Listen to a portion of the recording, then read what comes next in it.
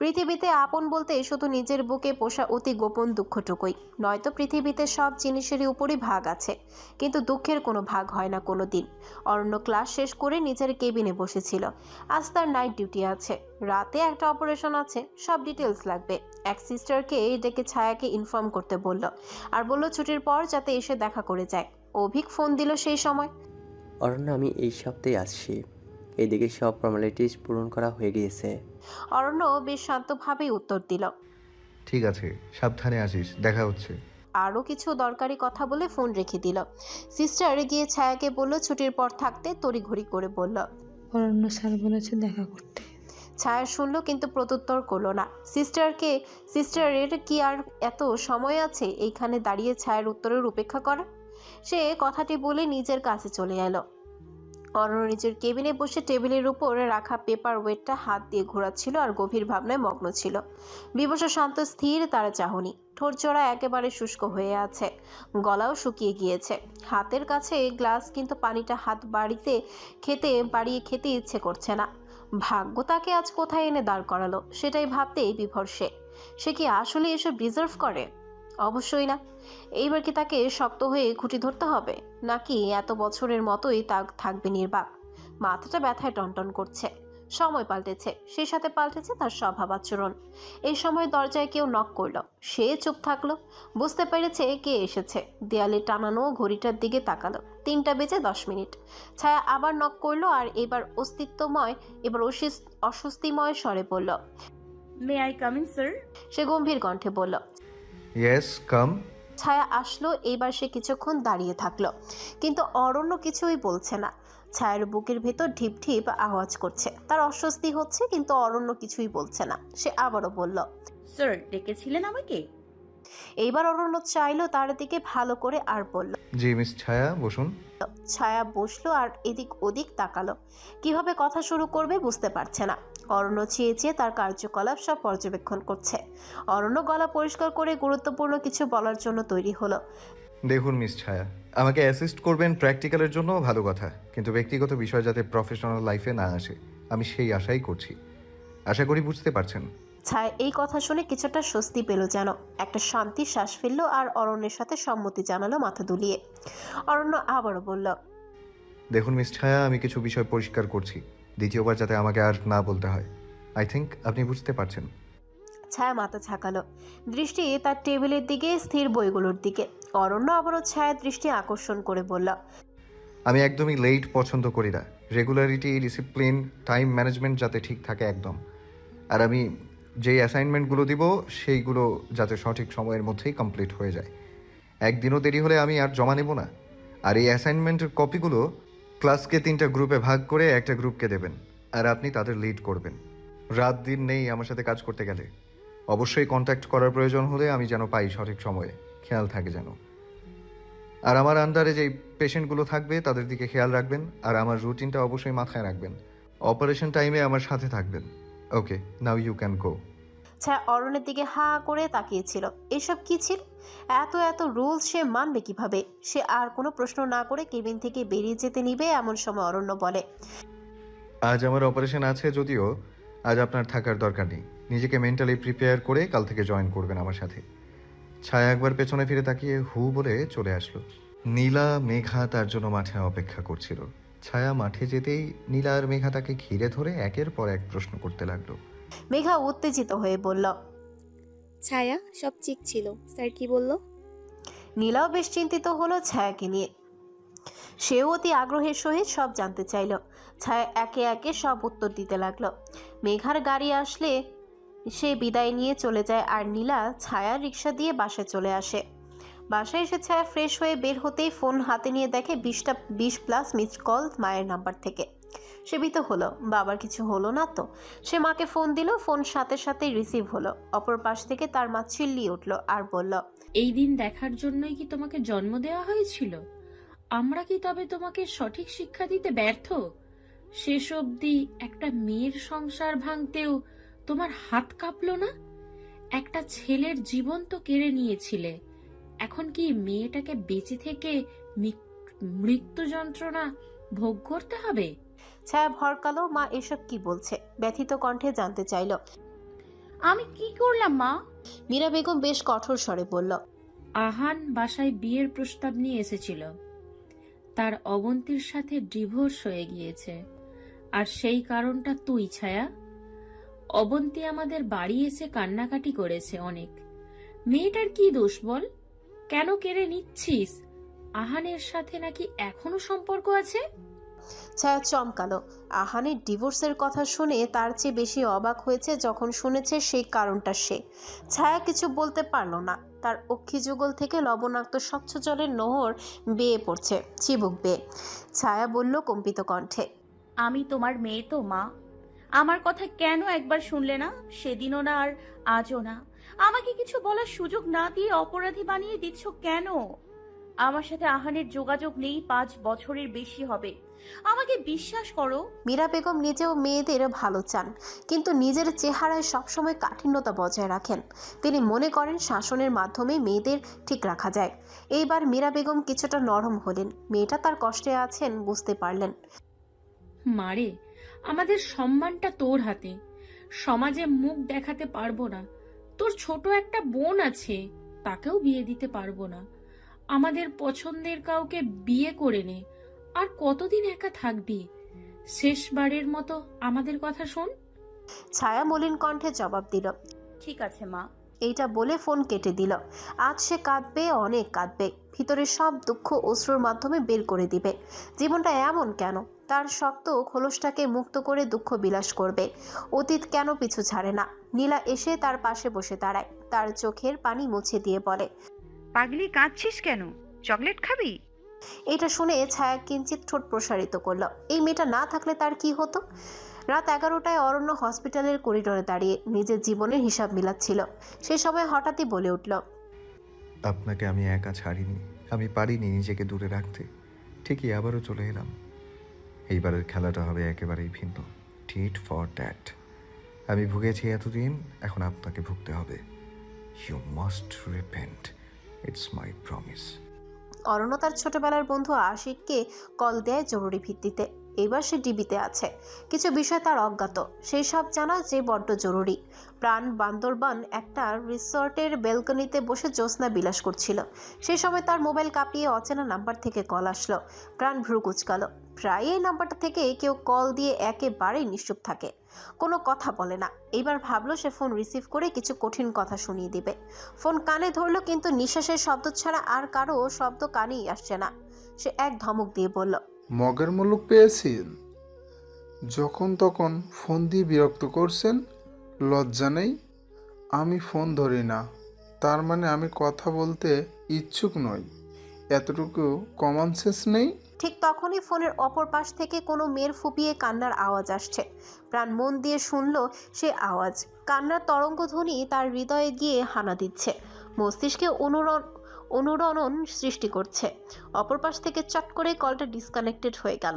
প্রাণ আবারও কল দিল, কিন্তু সুইচ অফ বলল। প্রাণের মনটাই খারাপ হয়ে গেল। সে ভেবেছিল কেউ হয়তো মজা নিচ্ছে, কিন্তু কেসটা এমন না, তবে অন্য কিছু। সে কালই ঢাকা ব্যাক করবে আর এই বিষয়টা খুঁটিয়ে দেখবে। নিস্তব্ধ ঘরের এক কোণে একাকী বসে এক কিশোরী অনবরত কেঁদে চলেছে। তার মনে তৈরি হওয়া এই অযাচিত আবেগের কি নাম দেবে? ভালোবাসা নাকি মোহ? অনন্যা বুঝতে পারছে না কি করবে, কাকে বলবে এই কথা। ভাইয়া জানতে পারলে কি করবে? নিশ্চয়ই অনেক বকবে। আর কোনোদিন তার সাথে কথা না বললে, যদি তার জন্য তাদের বন্ধুত্ব নষ্ট হয়, তবে কোনোদিন নিজেকে ক্ষমা করতে পারবে না সে। কিন্তু তাকে ছাড়া ভালোও থাকতে পারবে না। তার মনে হয়ে গেল কিছু পুরনো কথা। তখন সে ক্লাস 9-এ পড়ে। কেবলমাত্র বুঝতে শুরু করলো সব। ভাইয়ার সাথে প্রাণ ভাইয়া প্রায়ই আসতো বাসায়। একদিন বাসায় ভাইয়া নেই, শুধু জেসমিন বেগম আছেন। প্রাণ ভাইয়া আসলো ভাইয়ার খোঁজে। ভাইয়ার নাকি কোনো খবর নেই। তখন ছিল গ্রীষ্মের দুপুর। বাইরে তেজে রোদে গা শ্বেত জলে ভিজে একাকার। সেদিন প্রাণ ভাইয়া এলো একটি কালো পাঞ্জাবি পরে। পাঞ্জাবি ভিজে গায়ের সাথে চিপকে ছিল, ফর্সা গায়ে একদম ফুটে উঠেছিল। সেদিনই অনন্যার মনে অন্যরকম ভালো লাগা ছেয়ে যায়। প্রাণ এসেই জিজ্ঞেস করলো, কিরে বুড়ি, তুই নাকি সেই ফাঁকিবাজ হয়ে গেছিস, পড়তে চাস না? এই বলে অনন্যার মাথায় এক টোকা দিল। অনন্যা একটু লজ্জা পেল। সে প্রাণকে বসতে বলে লেবুর শরবত বানাতে চলে গেল। বানিয়ে এনে প্রাণের হাতে দিল। প্রাণের এদিক ওদিক তাকানো, কথা বলার ভঙ্গি সবই যেন তাকে চুম্বকের ন্যায় টানছিল। সেই দিন সে ডুবলো। আজ 2 বছর হতে চলল। দিন দিন বাড়ছে এই অনুভূতি। বিকাল 4টা। মিস ছায়া, আপনি এই কাগজে কিছু সই করে দিন তো। নিজের কেবিনে বসে ছায়াকে উদ্দেশ্য করে বলল অরণ্য। ছায়া জিজ্ঞাসা দৃষ্টিতে চাইল অরণ্যের পানে। জানতে চাইল কিসের পেপারস। অরণ্য ছায়ার দিকে চাইল সরু করে। এগুলো হচ্ছে কিছু গুরুত্বপূর্ণ পেপারস যার অপারেশন আজ করা হবে। ডক্টর ব্যতীত অন্য কেউ ওটিতে অ্যালাউড না। যারা ইন্টার্ন ডক্টর তারা ঢুকতে পারবে, কিন্তু আমরা রিস্ক নিচ্ছি আপনাকে নিয়ে, কারণ থিওরিতে আপনি ভালো হলেও প্র্যাকটিক্যাল লাইফে আপনি একটু কম দক্ষ। যদিও সময়ই সব বলে দেবে, তাই চাচ্ছি আপনি থাকুন আমার সাথে। ছায়া পেপারগুলো খুব ভালো করে পড়লো, কিছুই পেল না। সব ঠিকঠাকই আছে। অরণ্যকে আবারও বলল, কিন্তু আমি তো মাত্র 3য় বর্ষে পড়ছি, এক্ষুনি কিভাবে? অরণ্য হাতের কলমটা নাড়াতে থাকে। তার সব মনোযোগ যেন এই কলমটাতেই স্থির। অপারেশন করা প্র্যাকটিক্যালি না দেখে শিখবেন কিভাবে মিস? অরণ্যের কথার উপর আর কোনো কথা বলল না ছায়া। সে পেপারগুলো ভালো করে পড়ে সাইন করে দিল। অরণ্য এবার হাতের কলমটা টেবিলে রেখে চেয়ারে গা এলিয়ে বসলো। সে একটা হামি দিয়ে ছায়াকে উদ্দেশ্য করে বলল, 1 কাপ কফি নিয়ে আসুন মিস। ছায়া কিছুটা না শোনার ভঙ্গিতে বলল, কি? অরণ্য কিছুটা অবাক হয়ে বলল, আপনার কানে সমস্যা আছে? সমস্যা থাকলে ডক্টর হামিদ স্যারের কাছে যেতে পারেন, উনি নাক কান গলা বিশেষজ্ঞ। ছায়া আমতা আমতা করে বলেই ফেলল। এখানে পার্সোনাল কোনো কাজ করানোর জন্য আমাকে রাখা হয়নি। অরণ্য কিঞ্চিত হাসলো আর বলল, এইখানে আমার জন্যই রাখা হয়েছে আপনাকে, সেই সুবাদে এতটুকু আমি চাইতেই পারি। ছায়া আর কিছু না বলে ইনস্ট্যান্ট কফি নিয়ে আসলো ক্যান্টিন থেকে। কফিটা এনে অরণ্যের টেবিলে রাখতে অরণ্য কফিটা একটু মুখে দিয়ে তা ফ্লোরে ঢিল মেরে ফেলে দিল। অরণ্য অতি শান্ত স্বরে ছায়াকে আবারও বলল, ক্লিন ইট মিস। ছায়া যেন তাজ্জব বনে গেল। একটু দমে গেল অরণ্যের ভাবভঙ্গি দেখে। সে রেগে গেল কেন বুঝতে পারছে না। আর একটা প্রফেসরের সাথে উচ্চ বাক্য ব্যয় করাটা ভালো দেখাবে না।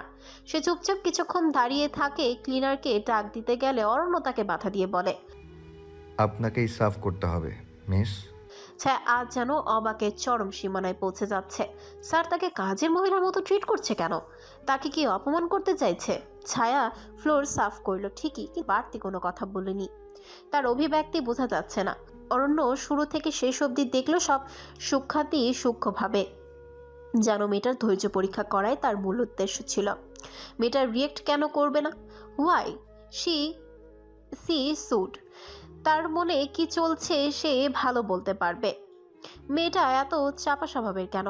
রাগ, দুঃখ, ভালোবাসা কিছুই প্রকাশ করে না। ছায়াকে আপাতত যেতে বলল হতাশ চিত্তে। যান মিস, তবে আজ সার্জারির আগে সঠিক সময়ে উপস্থিত থাকবেন। ছায়া বের হলো। আজ সে নির্বিকার, এইসব যেন তারা পাও না। কলেজ থেকে বের হতে তখনই অহনা তার পথ আটকে দিল।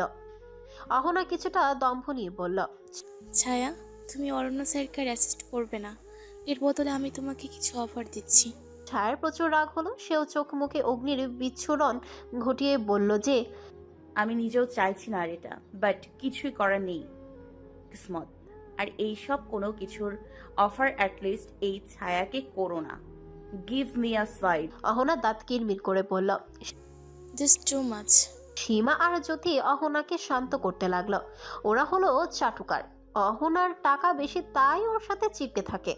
নীলা আগেই চলে গিয়েছে। নীলা থাকতে চেয়েছিল, কিন্তু ছায়াই না করে দিয়েছিল। এত সময় শুধু শুধু বসে থাকার দরকার নেই। তাই আজ ছায়াকে একাই যেতে হবে। কলেজে গেট পেরিয়ে মেন রোডের কাছে আসতেই বুঝতে পারলো গা পুড়ে যাচ্ছে রোদের তাপে। রিক্সার জন্য কতক্ষণ দাঁড়িয়ে থাকতে হবে কে জানে। বিকাল 4টা হলেও গরমের দিনে 5টা অবধি রোদের তেজ থাকে অনেক। এমন সময় একটা ছেলে এসে তার পাশে দাঁড়ায়, তার দিকে ছাতা এগিয়ে দেয়। ছায়া ছেলেটার দিকে তাকিয়ে দেখে সিনিয়র ভাই আকির। আকির ছায়াকে দেখে লাজুক হাসি দিয়ে বলল, ছাতাটা ধরো, তোমার হয়তো কষ্ট হচ্ছে। ছায়া একটু অপ্রস্তুত হয়ে গেলেও তার চেহারায় প্রকাশ করল না। সে বিনয়ের সহিত না করে দিলেও ছেলে নাছোড়বান্দা, তাই উপায় না পেয়ে ছাতাটা নিয়ে নিল।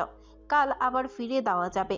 অরণ্য বাড়িতে যাচ্ছিল, গাড়ি পার্কিং এরিয়া থেকে বের করে মেন রোডে ধরতেই দেখলো ছায়া আর আকিরকে বেশ হেসে হেসে কথা বলতে। অরণ্য তা দেখে তাচ্ছিল্যের হাসি দিল। পরে আর কোনো দিক নজর না দিয়ে ড্রাইভ করে বাড়ি চলে গেল। অরণ্য বাসায় এসে নিজের রুমে চলে গেল, কারোর সাথে কোনো কথা না বলেই। অরণ্যের রুমটি বেশ পরিপাটি আর গোছানো। ছেলেদের রুম সচরাচর এমন গোছানো থাকে না। তার বিশাল রুমের দেয়াল জুড়ে রয়েছে তার ছোট থেকে বড় হওয়া অবধি বেশ কিছু ছবি, হরেক রকমের রং বেরঙের পেন্টিং। রুমের প্রতি কোণায় রয়েছে কৃত্রিম ফুলের টব। অন্য পাশে সোফা, কাবার্ড, এক সুবিশাল খাট, একটা বুকশেলফ যেটা বিভিন্ন বিখ্যাত রাইটারদের বই দিয়ে ভর্তি। রুমটা বেশ খোলামেলা। রুমের সাথেই রয়েছে এক ব্যালকনি। ব্যালকনিতে রয়েছে ক্যাকটাস, সাকুলান্ট, পাতাবাহার, হাসনাহেনা, গোলাপ গাছ। অরণ্য আজ ফ্রেশ না হয়ে সোফায় গা এলিয়ে বসল। তার অনেক ক্লান্ত লাগছে। কোট খুলে বিছানায় ঢিল মারল, টাইটা খুলে পাশে রাখলো। এরপর শার্টের 2টা বোতাম খুলে দিল। চোখটা বন্ধ করা মাত্রই অনন্যা আসে রুমে, মুখ ফুলিয়ে বলে, ভাইউ, তুমি মুখ গুমরা করে বসে আছো কেন? অরণ্য বোনের দিকে একবার চেয়ে আবারও চোখ বন্ধ করে মাথা এলিয়ে দেয় সোফায়, আর বোনকে ক্লান্ত স্বরে বলে, ক্লান্ত লাগছে আর কিছু না, একটু রেস্ট নিলেই ঠিক হয়ে যাবে। অনন্যা অন্য কিছু বলতে এসেছিল, কিন্তু বলার সাহস পাচ্ছে না। একবার জিজ্ঞেস করে দেখবে কি প্রাণ ভাইয়ার ব্যাপারে। অনন্যাকে বিড়বিড় করতে দেখে অরণ্য ভ্রু কুঁচকায়। অনন্যা তো কখনো এত সময় নেয় না কিছু বলার জন্য, আজ বলার ফটাফট বলে দেয়। সে সন্দিহান হয়, কিছুটা দ্বিধা নিয়ে জিজ্ঞেস করেই বলল, কিছু হয়েছে কি? অনন্যার সাথে সাথেই মাথা দুলালো ডানে মানে। তার মানে এই যে কিছু হয়নি। চড়ানো গলায় দ্রুত বলে ফেলল, ভাইউ, খেয়ে নিও ফ্রেশ হয়ে। এটা বলে এই রুম থেকে চলে গেল অনন্যা। আর এক মুহূর্ত দেরি করেনি, দ্রুত যাওয়ার পথে পায়ে পায়ে বাড়ি খেয়ে একবার হোঁচট অব্দি খেল। অরণ্য আজ বোনের মধ্যে অস্থিরতা বেশ লক্ষ্য করল। তাকে বিষয়টা ভাবাচ্ছে। সে বুঝতে পেরেছে তার কাছে কিছু জানতে এসেছিল, সাহসের অভাবে এগোতে পারেনি। সেটা কি? এই বয়সটা বেশ ভয়ঙ্কর। সে পার করে এসেছে, তাই জানে বোনের সাথে এত গম্ভীর না হয়ে আরেকটু ফ্রেন্ডলি হওয়া উচিত। একটু সময় এবার নিজের ফ্যামিলিকেও দেওয়া উচিত। গোসল করা দরকার, আজকাল বেশ গরম পড়েছে। ঘামে জুবুতবু অবস্থা। কভার থেকে একটা ট্রাউজার আর গেঞ্জি বের করে বাথরুমে ঢুকে পড়ল। অনন্যার রুম থেকে বের হতেই দেখলো ড্রয়িং রুমে বসা আকাশকে এক ধ্যানে একটা কানের দুলের দিকে তাকিয়ে থাকতে। অনন্যা ছো মেরে কানের দুলটা নিয়ে নিল। এরপর দাঁত কেলিয়ে হাসলো সব ভুলে। ভ্রু নাচিয়ে জিজ্ঞেস করলো, কে রে ভাইউ, এই মেয়েদের কানে দুল তোর কাছে কেন? একটা ক্রূর হাসি দিয়ে পুনরায় বলে, প্রেম করে বেড়াচ্ছিস? মা বাবা ভাইয়া জানে? আকাশের ধ্যান ভাঙল। সে কিছুটা অপ্রস্তুত হয়ে যায় আর হাত দিয়ে কানের দুলটা নেয়ার চেষ্টা করতে থাকে। আর রাগী শাসানোর কণ্ঠে বলে, দেখো ভালো হচ্ছে না অনু, খুব খারাপ হয়ে যাবে, দুলটা ফেরত দে। এই বলে অনন্যার পিছনে দৌড়ানো শুরু করে। পুরো বাসা জুড়ে অনন্যা দৌড়াদৌড়ি করছে। এক পর্যায়ে জেসমিন বেগম দৌড়ে ঝাঁপ আর চিল্লাচিল্লির শব্দে রুম থেকে বের হয়ে আসে আর আকাশকে ঝাড়ি দিয়ে বলে, ষাঁড়ের মতো চিল্লাছিস কেন? অনন্যা মাকে কিছু বলতে যায়, কিন্তু আকাশ হাত দিয়ে বোনের মুখ চেপে ধরে কানের কাছে মুখ নিয়ে আস্তে আস্তে বলে, প্লিজ বইন বইন করিস না, যা এর বদলে যা চাস তাই মঞ্জুর। কাঁদো কাঁদো ফেস করে। অনন্যা একটা শয়তানি হাসি দিল। যাক, এই গাধাটাকে জব্দ করতে পেরে বেশ আনন্দ পাচ্ছে। অনন্যা দাঁত গেলিয়ে বলল, ওকে ডিল। জেসমিন বেগম 2 ভাই বোনের রাম ধমক দিয়ে অরণ্যের জন্য খাবার গরম করতে গেল। এই দুটোর জন্য বাসার শান্তিতে এক দণ্ড বসা দেয়। খালি হাতে পায়েই বড় হয়েছে, মাথায় বুদ্ধি আর হয়নি। নিজে নিজে এই কথাগুলো বলে খাবার গরম করতে লাগলো। আর কাজের মেয়ে রিমাকে ডাকতে লাগলো খাবারগুলো টেবিলে রাখার জন্য। ছায়া বাড়ি এসে দেখে নীলা রাগি রাগি মুখ করে ফুসফুস করে আওয়াজ করছে। ছায়ার বিষয়টা ভালো ঠেকছে না। তারা চোখে মুখে উৎকণ্ঠা ভাব। কি হয়েছে নীলা? নীলা একবার চোখ বুলিয়ে ছায়াকে দেখে নেয়। তার মন মেজাজ ঠিক লাগছে না, ভীষণ রাগ লাগছে। নাগের ডগা ফুলাচ্ছে কিছুক্ষণ পর পর। ভরাট গলায় উত্তর দিল, এক ছেলে আজ আমাকে ধাক্কা দিয়ে ফেলে দিয়েছে। মুহূর্তে নীলার সব রাগ দূরে সরিয়ে কাঁদো কাঁদো মুখ করে ফেলে। এর থেকে বড় দুর্ঘটনা যেন হতেই পারে না। এটাই যেন তার জীবনের সবচাইতে ভয়ঙ্করতম দুর্ঘটনা। ঘটনায় আরেকটু মশলা মাখিয়ে খুলে বলার জন্য নীলা উদ্যত হলো। মেডিকেল কলেজ থেকে বের হয়ে রিস্কার জন্য অপেক্ষা করছিলাম, পাচ্ছিলাম না একটা রিস্কাও, তাই একটু সামনে এগিয়ে গিয়েছিলাম। আর মনে হচ্ছে আমার ওই ভয়ঙ্করতম দুর্ঘটনার সাথে রিস্কাওয়ালারও অতপ্রতভাবে জড়িত। আমি যখন এদিক বেদিক দিশাহারা হয়ে রিস্কার জন্য হাপিত্তিশ করছিলাম, সেই মুহূর্তেই ঝড় এলো। ছায়া অবাক হয়ে বলল, ঝড়? নীলার কাহিনী বলায় যেন ভাটা পড়ল, কিঞ্চিত বিরক্ত হয়ে পড়ল। ঝড় ইজ ইকুয়াল টু অ্যাক্সিডেন্ট। এরপর ছেলেটা আমাকে সেই গরম পিচঢালা রাস্তায় ধাক্কা দিয়ে ফেলে দিল। কত বড় শয়তান! তুই একবার ভেবে দেখ। ছায়ু রে, আমার হাত পা ভেঙে গিয়েছে রে। পাজি ছেলের জন্য দেখ, আমার শরীরে ধুলোবালিতে একাকার হয়ে গিয়েছি। ছায়া মাথায় হাত দিয়ে বসে আছে। একদিনেই একা একা পাঠালো মেয়েটাকে, আর একদিনেই এই অবস্থা। সে নীলার কাপড় ছেড়ে দেয়। ছেলেটা পরে কি বলল? তুই কি ঝগড়া করেছিস? নীলা একটা শুকনো হাসি দিল। তার মনে পড়ল সে কি কি করেছে ছেলেটার সাথে। এক এক করে বলতে লাগলো। পিছন থেকে এক ছেলের আওয়াজ আসে, sorry girl, I am very very sorry. আপনার লাগেনি তো? নীলা আবারও বলে, আমার যা রাগ হয়েছিল রে ছায়ু, আমাকে ফেলে দিয়ে দরদ দেখানো হয়েছে। অসভ্য! সেই ঝাড়ি দিয়েছি, আর কোনোদিন কোনো মেয়েকে ধাক্কা দিবে না।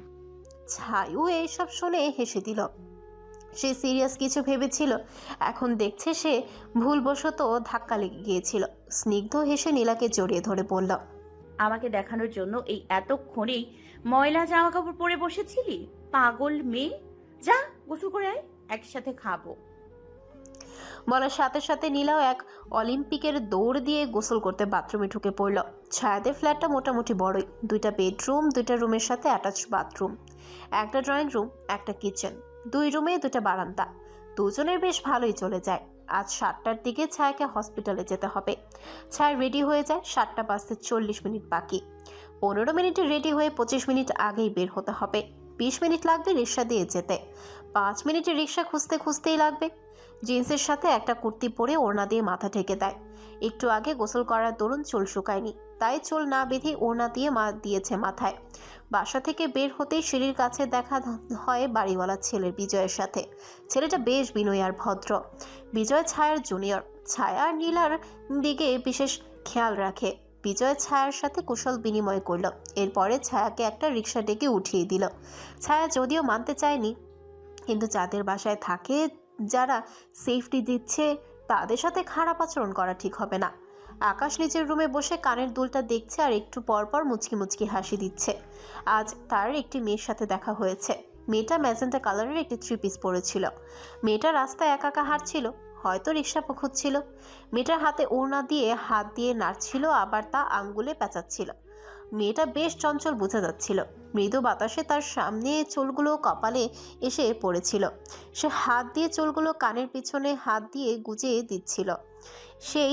সে এই মায়াবিনীকে দেখে তার মায়ায় পড়ে গিয়েছিল, তাই কথা বলার একটা সুযোগ খুঁজছিল। ঠিক সেই সময় খেয়াল করে একটা বাজে ছেলে মেয়েটিকে চোখ দিয়ে তার চোখের ক্ষুধা মেটাচ্ছিল, তাই সে মেয়েটিকে ধাক্কা দেয়। মেয়েটি পড়ে যাওয়ার সময় তার কানের দুলটাও পড়ে যায়। তখনই বুঝতে পারে মেয়েটি যেমন চঞ্চল, সে সাথে বেশ ঝগড়ুটিও বটে। মেয়েটির ঝগড়াটাও বুঝি তার কাছে মধুর মতোই লাগছিল। সে এটা ভেবে খুশি হলো, যাক, কাউকে তো মনে ধরলো, তাই নো ছাড়াছাড়ি, ইটস ফাইনাল। ছায়া হসপিটালে এসে অরণ্যের কেবিনে যায়, কিন্তু কেউ ছিল না কেবিনে। কিছুক্ষণ পায়চারি করে অস্থির চিত্তে সময় যত বেশি গড়াবে বাড়ি ফিরতে তত দেরি হবে। একবার হাত ঘড়িতে চোখ বোলালো, না, এইবার একজন সিস্টারকে জিজ্ঞেস করলো, ডক্টর অরণ্য স্যার কোথায় আপা? দেখেছেন কোথাও? সিস্টার ছায়াকে একবার ভালো করে দেখে নিয়ে ত্বরান্বিত হয়ে বলল, স্যারের আসতে একটু দেরি হবে, একটু অপেক্ষা করুন। ছায়া মাথা নাড়িয়ে কেবিনের ভেতরে গিয়ে বসে। অসময়ে গোসল করে যেন ঝামেলায় পড়তে হলো। এদিকে ছায়া চুল ভেজা থাকলে মাথা ব্যথা করে। মাথাটা কেমন যেন চিনচিন করছে, যেন মাথার ভিজে পানি বাষ্প হয়ে মাথার প্রতিটা নার্ভে অভিযান চালাচ্ছে। তাই দরজা চাপিয়ে ওড়না মাথা থেকে সরিয়ে ফেলে। এরপর সুইচ টিপে ফ্যান অন করে। ফ্যানের নিচে দাঁড়িয়ে চুলগুলো শুকানো শুরু করলো। চুলগুলো হাত দিয়ে বিলি কেটে কেটে চুলগুলো ঝাড়া ঝাড়া করছিল, যাতে বাতাসে মাথার প্রতিটা চুলের গুড়ায় পৌঁছায়। এইদিকে জানালা কিঞ্চিত খোলা থাকায় একটা ওয়ার্ড বয় ছায়ের দিকে পা থেকে মাথা অবধি লালসার দৃষ্টিতে তাকিয়েছিল, বিশেষ করে বুকের দিকটায়, যেন চোখ দিয়েই গিলে খাবে। যা সশরীরে পারছে না তা যেন অদৃশ্যভাবে কল্পনার শক্তি দিয়ে তা করছে। অরণ্য নিজের কেবিনে ঢুকতে গিয়ে কাউকে নিজের কেবিনে উকি দিতে দেখে অরণ্যের সুচালো দৃষ্টি নিক্ষেপ করে সেই দিকে। দেখতেও খুবই দৃষ্টিকটু লাগে একটা ডক্টরের কেবিনে এইভাবে উকিঝুঁকি দেওয়া। অরণ্য বিষয়টা বোঝার জন্য যেই না ভিতরে দৃষ্টিপাত করলো, ভিতরে ছায়াকে দেখে হাত মুষ্টিবদ্ধ করে ফেলল। স্তিমিত রাগে কাঁপলো। ঝড়ের বেগে সে ওয়ার্ড বয়ের কলার ধরে টেনে কষিয়ে এক ঘুষি দেয় নাক বরাবর। সাথে সাথে নাক দিয়ে রক্ত পড়া শুরু করলো গল গল করে। সেই সাথে রক্তরঞ্জিত হলো অরণ্যের হাতও। সে এই ছেলেকে টেনে বাইরে নিয়ে এসে উচ্চস্বরে রাগে দাঁতে দাঁতে পিষে রিরি করতে বলল, তোর সাহস কম না?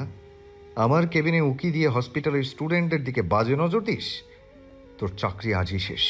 ক্রোধ যেমন চোখ মুখে উপচে পড়ছে। ওয়ার্ড বয় এটা আশা করেনি, কখনো ভাবতেই পারেনি অরণ্য চলে আসবে। তার আরও কিছুক্ষণ পর আসার কথা ছিল।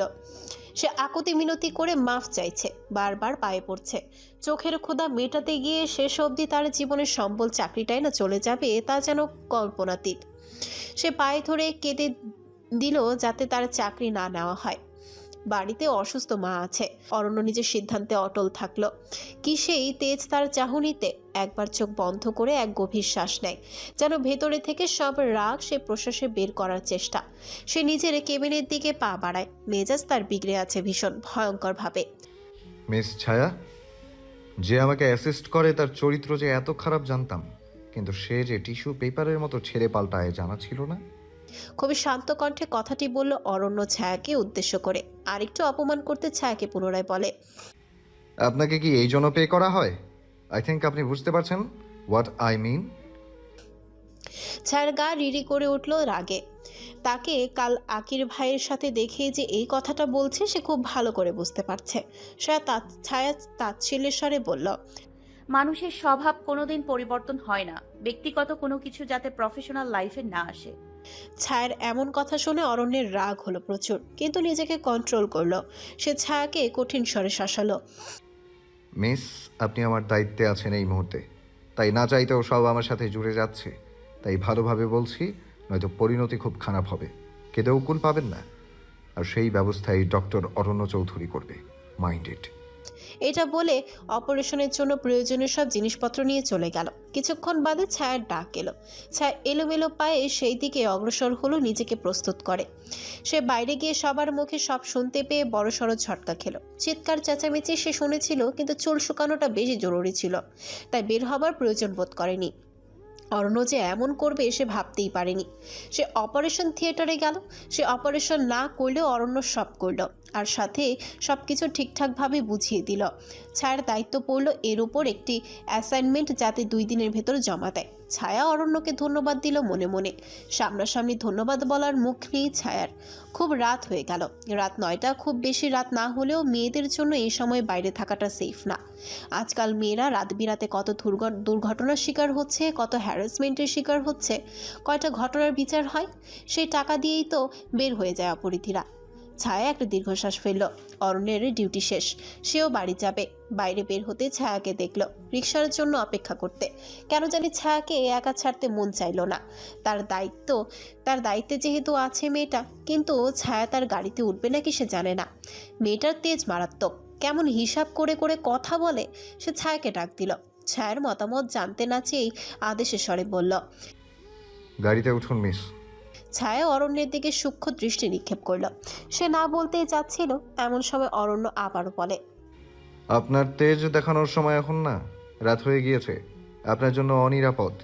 দায়িত্ব আমার বিবেকে বাধা দিচ্ছে, তাই চলুন। ছায়া কিছুক্ষণ ভেবে বলল, আমি রিক্সা নিয়ে যেতে পারবো, আপনি চলে যান স্যার। অরণ্য জানতো এমনটাই হবে, আর হলো তাই। সে নিজের মেজাজে কন্ট্রোল করলো। ছায়ার হাত ধরে টেনে গাড়ির ডোর খুলে ধাক্কা মারলো। একটা কথাই বলল, আপনি পারেন কিভাবে? অপরাধবোধ জাগ্রত হয় না আপনার মনে? ছায়ার চোখ লাল হয়ে গেল। কেঁদে দিবে এমন অবস্থা। সে কিছু বলল না, সিন ক্রিয়েট করতে চাইছে না। আর যাই হোক, তার ক্ষতি হবে না, এইটুকু বিশ্বাস তার আছে অরণ্যের উপর। অরণ্য সেফলি ড্রাইভ করছে। কেউই কোনো কথা বলল না। গাড়ির ভিতর পিনপতন নীরবতা। কারো মনের ভেতর আকুলতা, তো কারো ভেতর অপরাধবোধ। বাড়ির কাছে আসতে অরণ্য ছায়াকে বলল, গেট আউট মিস, আমার দায়িত্ব শেষ। ছায়া ব্যথিত হলো। ছায়া অরণ্যের গাড়ি থেকে নেমে বাড়ির ভিতর চলে গেল। একবার পেছনে তাকানোর প্রয়োজন অনুভব করলো না। অরণ্যকে ধন্যবাদও বলল না, এত পাষাণ মানুষ হয়।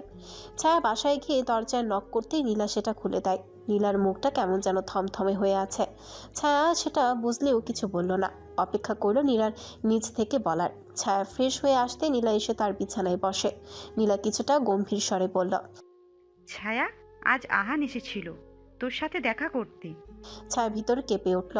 তার চোখ দুটো বড় বড় হয়ে গেল। সে কি ঠিক শুনলো নাকি শোনার ভুল? নীলা আবারও বলল, আহানের ডিভোর্স হয়ে গিয়েছে অবন্তীর সাথে, সেটা নিশ্চয়ই জানিস। তবে আমাকে কেন বললি না? আমাকে কি নিজের কেউ মনে করিস না? ছায়া এলোমেলো দৃষ্টি নিক্ষেপ করলো নীলার পানে, জিভ দিয়ে ঠোঁটটা ভিজিয়ে বলল, আমি জানতাম না। কাল মা ফোন দিয়ে সব বলেছে। বাসায় বিয়ের প্রস্তাবও পাঠিয়েছে। বাসায় খুব ঝামেলা হয়েছে। মা আমাকে দায়ী মনে করছে এর জন্য। অবন্তী নাকি আমাদের বাসায় গিয়েছিল, বেশ কান্নাকাটি করেছে। নীলা এসব শুনে অবিশ্বাসের কণ্ঠে বলল, আমি তোর বান্ধবী তো ছায়া, এত কিছু হয়ে গেল আর আমাকে বললি না? ছায়া বেশ বুঝলো মেয়েটার অভিমান করেছে, কিন্তু সে এইসব আর বাড়াতে চায়নি। তার এই বিষাক্ত অতীত আর বর্তমান টেনে আনতে চায়নি। ভুলতে চায় সব, কিন্তু চাইলে কি সব ভোলা যায়? বিষাক্ত অতীত কাউকে ছাড় দেয় না, তার ঠিক বর্তমানে তার রেশ রেখে যায়। যেমনটা সাদা স্বচ্ছ কাগজে এক ফোঁটা পানি পড়লে শুকিয়ে যাবার পরও তার দাগ রেখে যায়, ঠিক তেমন।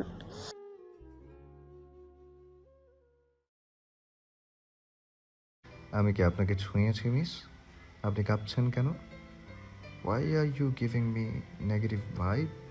ছায়া একটা ঢোক গেল, বলে কি সে পাগল হয়ে গেল না তো আবার? কি হলো মিস, আপনার মোবাইল কোথায়? এদিকে দিন দেখি। ছায়া একটু ভড়কে গেল।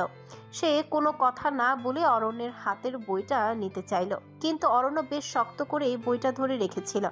অরণ্য ছায়ার এই মৌনতা দেখে অরণ্য বলল, আপনার কাছে কিছু জানতে চেয়েছি আমি। আপনার মুখে কি কিছু হয়েছে? এদিকে আসুন তো দেখি। অরণ্যকে কাছে আসতে দেখে ছায়া হাতের বইটা জোর করে টেনে নিয়ে দ্রুত পায়ে লাইব্রেরি ত্যাগ করলো। অরণ্য বেশ মজা পেল মেয়েটাকে ভড়কে দিতে পেরে। সে ঠোঁট চেপে হাসলো। ছায়া দ্রুত পায়ে মাঠে গেল নীলা আর মেঘার কাছে। কি রে ছায়ু, এইভাবে হাঁপাচ্ছিস কেন? নীলা কৌতূহলী হয়ে জানতে চাইল, হ্যাঁ রে ছায়া, নীলু ঠিক বলেছে। কি হয়েছে রে, বই পেয়েছিস? মেঘার উদ্বিগ্নতা যেন চোখে মুখে উপচে পড়ছে। ছায়া ওদের একটু আগের ব্যাপারে কিছু বলল না, খানিকটা আমতামতা করে বলল, আরে বইটা খুঁজতে খুঁজতে হাঁপিয়ে গিয়েছিলাম।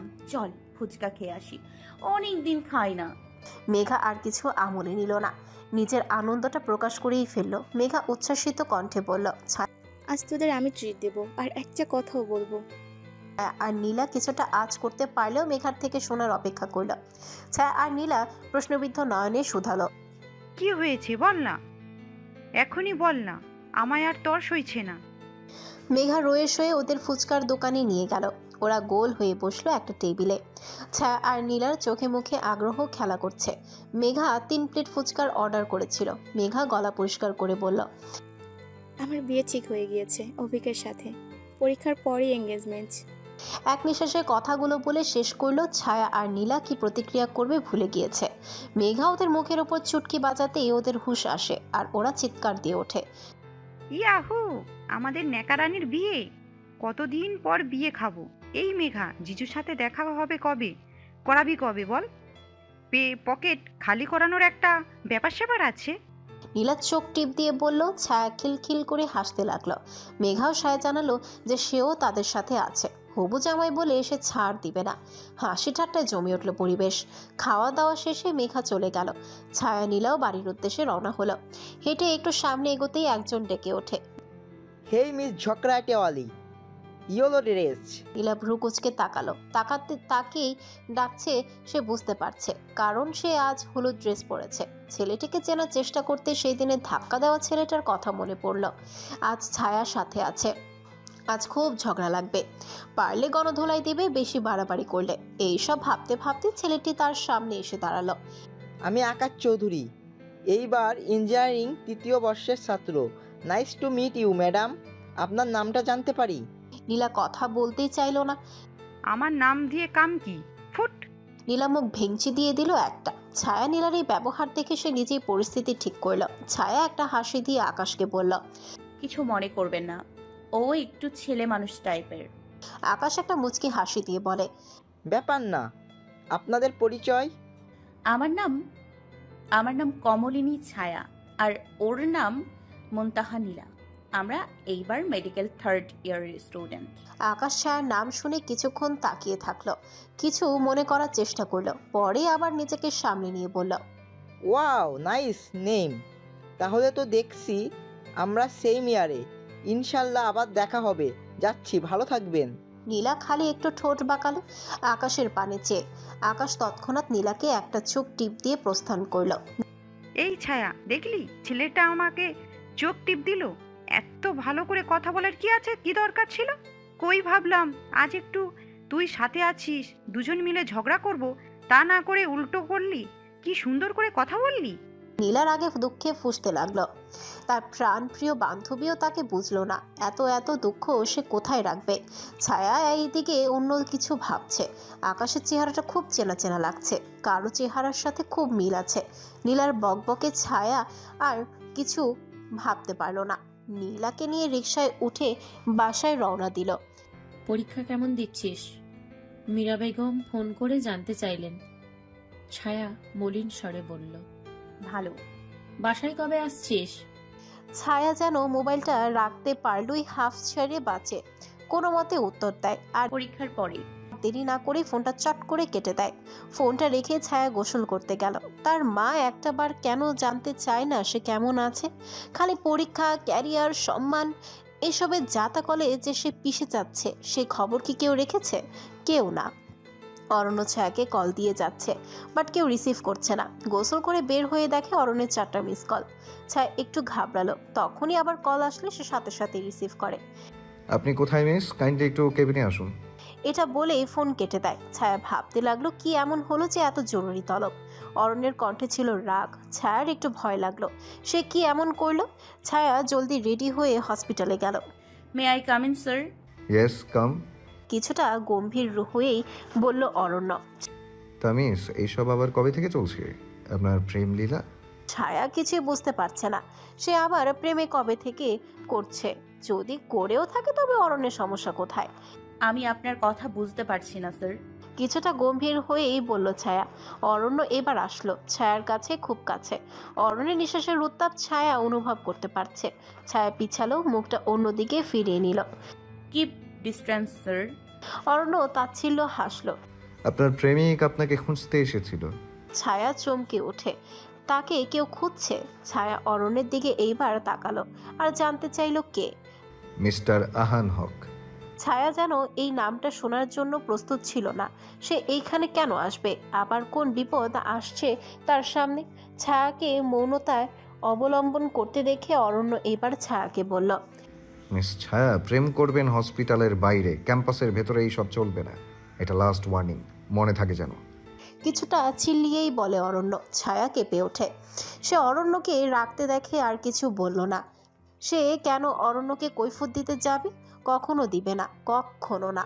ছায়ার এরকম নীরবতা অরণ্যের ভালো লাগছে না। মেয়েটা কেন নিজে থেকে কিছু বলে না? এই যে সে তাকে এত রাগ দেখাচ্ছে, তার বদলে ছায়ার দরকার কিছু একটা বলা, বিষয়টা ক্লিয়ার করা। অবশ্য সেসব এমনিতেও জানতে পারবে। You can go. অরণ্য বেশ বিরক্ত হয়েই বলল। ছায়া এই কথাটারই অপেক্ষায় ছিল, সাথে সাথেই বেরিয়ে যায়। সময় স্রোতের ন্যায় চলতে থাকে। সময় স্রোতের মতোই মানুষের জীবন বহমান। দেখতে দেখতেই পরীক্ষা প্রায় শেষের পর্যায়ে, আর মাত্র একটা পরীক্ষা বাকি। এক্সাম হলে গিয়ে নিজের সিটে বসে ছায়া। কাল বেশ রাত অবধি পড়েছে সে, তাই আজ একটু মাথাটা ধরা। ঘুম মাত্র 2 ঘন্টা হয়েছে। অহনা ক্লাসরুমে প্রবেশ করে একবার তীক্ষ্ণ দৃষ্টি নিক্ষেপ করে ছায়ার পানে। ছায়া দেখেও যেমন দেখল না। বেল বেজে গিয়েছে। বেল বাজতে অরণ্য রুমে প্রবেশ করে খাতা আর প্রশ্ন হাতে নিয়ে। ছায়ার কেন জানি অস্বস্তি লাগছে। অরণ্যের সাথে সেই দিনের পর আর কথা হয়নি। প্রায় 15 দিন হতে চলল। অরণ্য রুমে প্রবেশ করেই ছায়ার দিকে ভ্রু কুঁচকে তাকালো। মেয়েটা কি রাতে ঘুমায় না? আজ কেমন জানি কিঞ্চিত অসুস্থ লাগছে। একদমই নিজের যত্ন নেয় না। এইটা ভাবতে অরণ্য একটা দীর্ঘশ্বাস ফেলে। মেয়েটা তার কথা শুনবেও না। তার এখন থেকে আরো কঠোর হতে হবে। যদি একটু ভয় পাইয়ে কথা শোনানো যায়। ক্লাসে আসতেই সবাই দাঁড়িয়ে সালাম দিল। অরণ্য সালামের জবাব দিয়ে বলল, আজ আমি আপনাদের গার্ড দিব, তাই ভুলেও ক্লাসে টু শব্দ করার সাহস দেখাবেন না। আমার চোখে পড়লে তাকে আর পরীক্ষা দিতে দেয়া হবে না। সবাই বেশ ভয় পেল। অরণ্য এক কথার মানুষ, সবাই জানে তার কথার হেরফের হয় না, তাই সবাই অরণ্যের সাথে সম্মতি জানালো। সবাই ক্লাসে অরণ্যের কথা মেনে পরীক্ষা দিচ্ছিল, কিন্তু হঠাৎই অরণ্য এসে ছায়ার পাশে এসে দাঁড়ায়। অরণ্য পাশে এসে দাঁড়াতে ছায়ার হাত থেমে যায়। অস্বস্তির কারণে সে লিখতে পারছে না, আর বলতেও পারছে না অরণ্যকে সরে দাঁড়াতে। অরণ্য বুঝতে পেরে গিয়ে সামনে গিয়ে দাঁড়ালো। তখনই অরণ্য বেশ শান্ত আর ভয়ঙ্কর স্বরে এক ছেলেকে বলে ওঠে, stop writing, I said stop writing. ছেলেটি বুঝতে পেরে কাঁপা স্বরে বলল, আজ তাকে আর পরীক্ষা দিতে দেওয়া হবে না, বুঝলো? প্লিজ স্যার, আর কখনো হবে না, এইবারের মতো মাফ করে দিন। আরেকজনের থেকে কপি করার সময় মনে ছিল না? আপনারা কোথা থেকে আসেন বলেন তো? কপি করে পাশ করে মানুষের কোন রোগের চিকিৎসা করবেন? এটা মানুষের জীবন মরণের বিষয়, ডাক্তারি পড়া কোনো ছেলে খেলা না। ছেলেটা মাথা নিচে দাঁড়িয়ে আছে। তার সামনে বন্ধুর থেকে একটা প্রশ্নের উত্তরও জানতে গেলে তার বন্ধু শব্দ না করেই খাতা খুলে দিলে সে সেটা দেখেই লিখতে থাকে, আর এইটা অরণ্যের চোখে পড়ে যায়। অনুনয় করে আর লাভ হবে না, তাই অরণ্যকে খাতাটা দিয়ে দিল। পরীক্ষা আর বেশি সময় ছিল না, 15 মিনিট বাকি ছিল, তাই ছেলেটার ফেল করার চান্স নেই, এটা ভেবেই স্বস্তি পেল। পুরো ক্লাস জুড়ে নীরবতা। পরীক্ষা শেষ হয়ে গিয়েছে ছায়ার 10 মিনিট আগেই, তাই সে খাতা জমা দিয়ে মাঠে গিয়ে অপেক্ষা করছে নীলা আর মেঘার জন্য। ঠিক তখনই কেউ একজন ছায়াকে ডাকে। ডাকটা শুনে ছায়ার অন্তরাত্মা কেঁপে ওঠে। ছায়া ক্ষণপ্রভার ন্যায় পেছনে তাকায়। এত বছর পর সে কেন এলো? আবার তার জীবনটাকে এলোমেলো গড়ে দিতেই কি তার আগমন? কেমন আছো সুন্দরী? দাঁতগুলো বের করে একটা শয়তানি হাসি দিয়ে আহান জিজ্ঞেস করে ছায়াকে। হাতের ফুলগুলো ছায়ার দিকে বাড়িয়ে বলে, কত বছর তোমাকে দেখি না, তাই তোমাকে সারা জীবন আমার কাছে নিয়ে আসার ব্যবস্থা করছি। তোমার মনও নিশ্চয় ছটফট করছে আমার কাছে যাওয়ার জন্য। ছায়ার শরীর রিরি করে উঠল রাগে। তার অতীত ধ্বংস করে এখন আবার তার বর্তমান জীবনটাকে শ্মশান বানাতে এসেছে। এইবার ছায়া ছাড়বে না, প্রতিশোধ নিবে। ছায়ার রাগে হিতাহিত জ্ঞান হারিয়ে ফেলার উপক্রম। আহানের হাতের ফুলগুলো নিয়ে ছিঁড়ে আহানের মুখের দিকে ছুঁড়ে দিয়ে বলে, আমি আগের ছায়া নই, এইবার লাগতে এসো না, খুব খারাপ হয়ে যাবে। আহান বেশ মজা পেল। চলো আমরা একটু রেস্টুরেন্টে বসে প্রেম করি। এইটা বলেই ছায়ার হাত ধরতে নিলে ছায়া ঠাস করে একটা থাপ্পড় মারে আহানের গালে। অপমানে আহানের মুখ লাল হয়ে গেল। থমথমে মুখে ছায়াকে বলল, আজ আমি চলে যাচ্ছি, আবার আসবো। অপমানের হিসাবটা বিয়ের পর নিব। ছায়া তাচ্ছিলের হাসি দিয়ে বলে, আমার লাশও তোর মতো জানোয়ারকে বিয়ে করবে না। আহান একটা হাসি দিয়ে চলে গেল। আহান চলে যেতেই ছায়া ধপ করে মাঠে বসে পড়ে। অন্যদিকে পরীক্ষা শেষ হতেই অরণ্য করিডোরে দাঁড়িয়ে আহানের সাথে ছায়াকে কথা বলতে দেখছিল, যা তার গায়ে বেশ লাগে। নীলা আর মেঘা দৌড়ে আসে ছায়ার দিকে। তারা ছায়ার সাথে নিচে বসে পড়ে। ছায়াকে জিজ্ঞেস করতে থাকে কি হয়েছে। ছায়ার শূন্য দৃষ্টিতে তাকিয়ে তাদের দিকে। ছায়ার কিছু বলতে ইচ্ছে করছে না, তার শান্তি চাই, একটু শান্তি। অরণ্য আসে ছায়ার কাছে। ছায়া নিচে তখনও বসেছিল। অরণ্য নীলা আর মেঘাকে বলে, নীলা আর মেঘা, আপনারা চলে যান বাসায়, আমার ছায়ার সাথে দরকার আছে। নীলা আর মেঘা রাজি হচ্ছিল না, তাদের মন সায় দিচ্ছে না কিচ্ছু। কিন্তু মেঘা কিছু একটা ভেবে নীলাকে নিয়ে গেটের দিকে এগোয়। আজ মেঘা নীলার সাথে যাবে তাদের ফ্ল্যাটে। উঠুন মিস ছায়া, আসুন আমার সাথে, আপনার সাথে বিশেষ দরকার আছে। তেজের সাথে ছায়া সাথে সাথেই উত্তর দেয়, যাব না আমি আপনার সাথে, চলে যান এখান থেকে। ছায়ার কণ্ঠে অগ্নি ঝরছে যেন। অরণ্য আর ছায়ার সম্মতির আশা করলো না। ছায়ার এক হাত ধরে টানতে টানতেই নিয়ে যায় অরণ্যের গাড়ির দিকে। ছায়াকে গাড়ির কাছে এনে ছায়াকে বসতে বলে। ছায়া নাকচ করে দেয়, সে যেতে রাজি না কোনোভাবেই। অরণ্য ছায়াকে জোর করে গাড়িতেই বসালো। ছায়া কাঁদতে লাগলো। তার উপর সবাই কেন জোর জবরদস্তি করবে? ওয়াই? ছায়াকে অরণ্য নিয়ে গেল একটা নদীর পাড়ে। ছায়ার সূক্ষ্ম দৃষ্টি পরখ করলো সব। তাকে এইখানে কেন আনলো অরণ্য? অরণ্য তার সাথে উল্টাপাল্টা কিছু করবে না, এতটুকু জানে। ছায়ার নিজেরও মনে হচ্ছে সব ক্লিয়ার করা উচিত। আর কতদিন এইভাবে? বলুন কি কথা?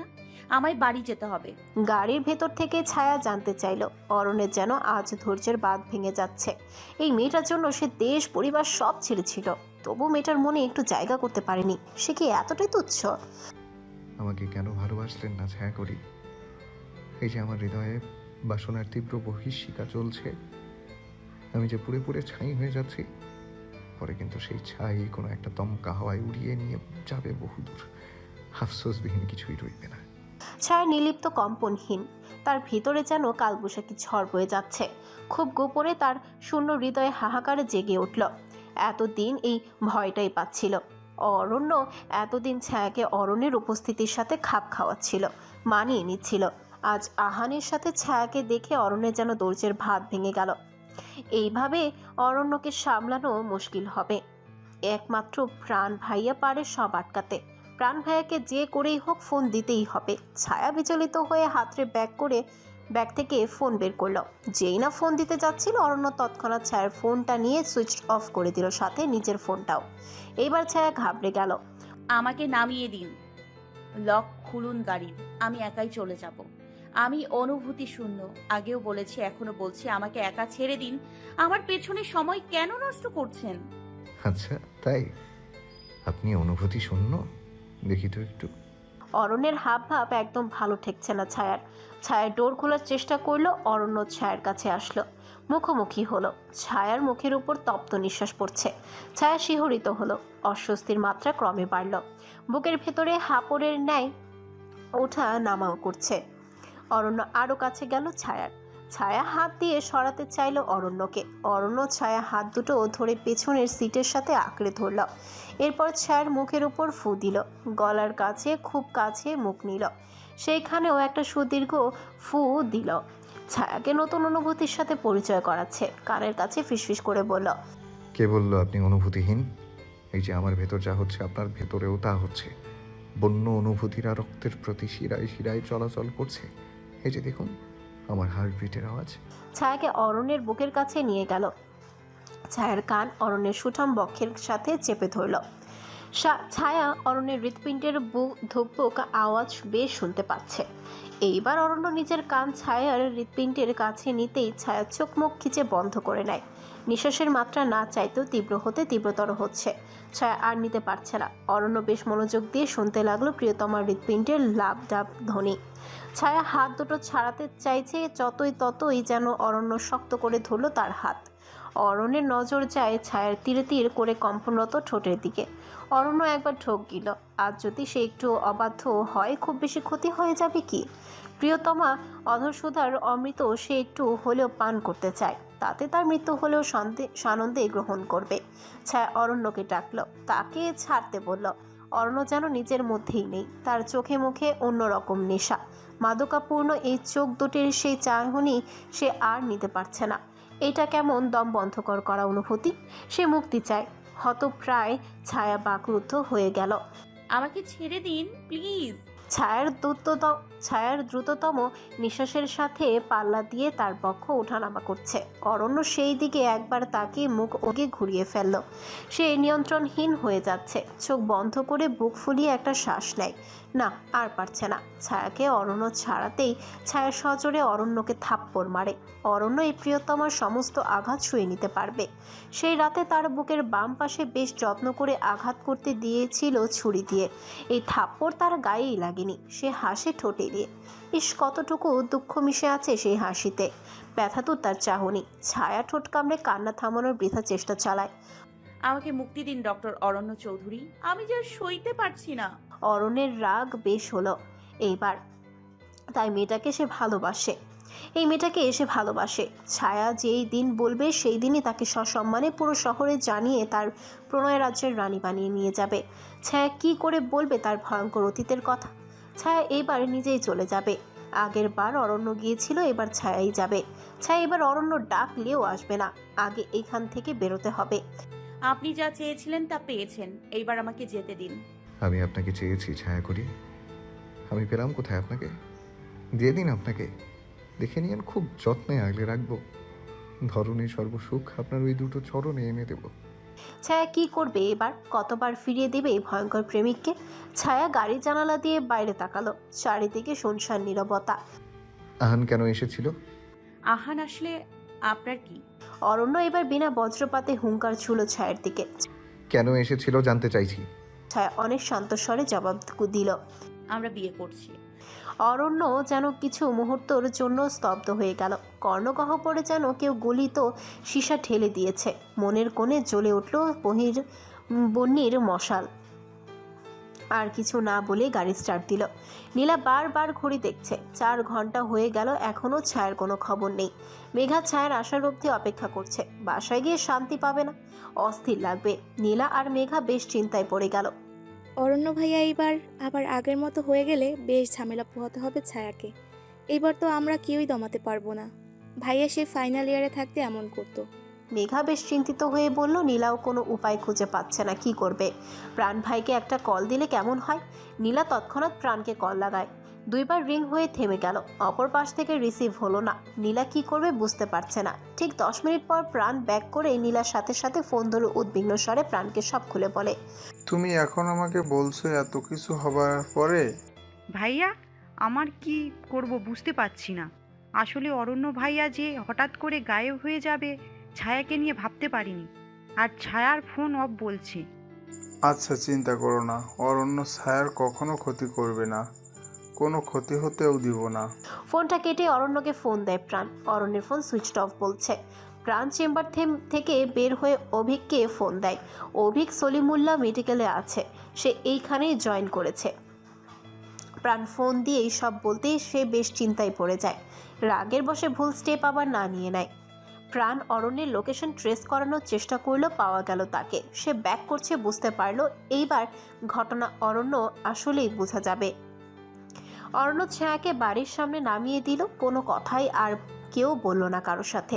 ছায়া থমথমে মুখ নিয়ে রুমে প্রবেশ করলো। ছায়াকে দেখে নীলা আর মেঘা দৌড়ে আসলো। নীলা আর মেঘার চোখে মুখে কৌতূহল। এই ছায়া, ঠিক আছিস? বল না, অরণ্য ভাইয়া তোকে কোথায় নিয়ে গিয়েছিল? তোর সাথে খারাপ ব্যবহার করেনি তো? নীলা সন্দিহান স্বরে বলল।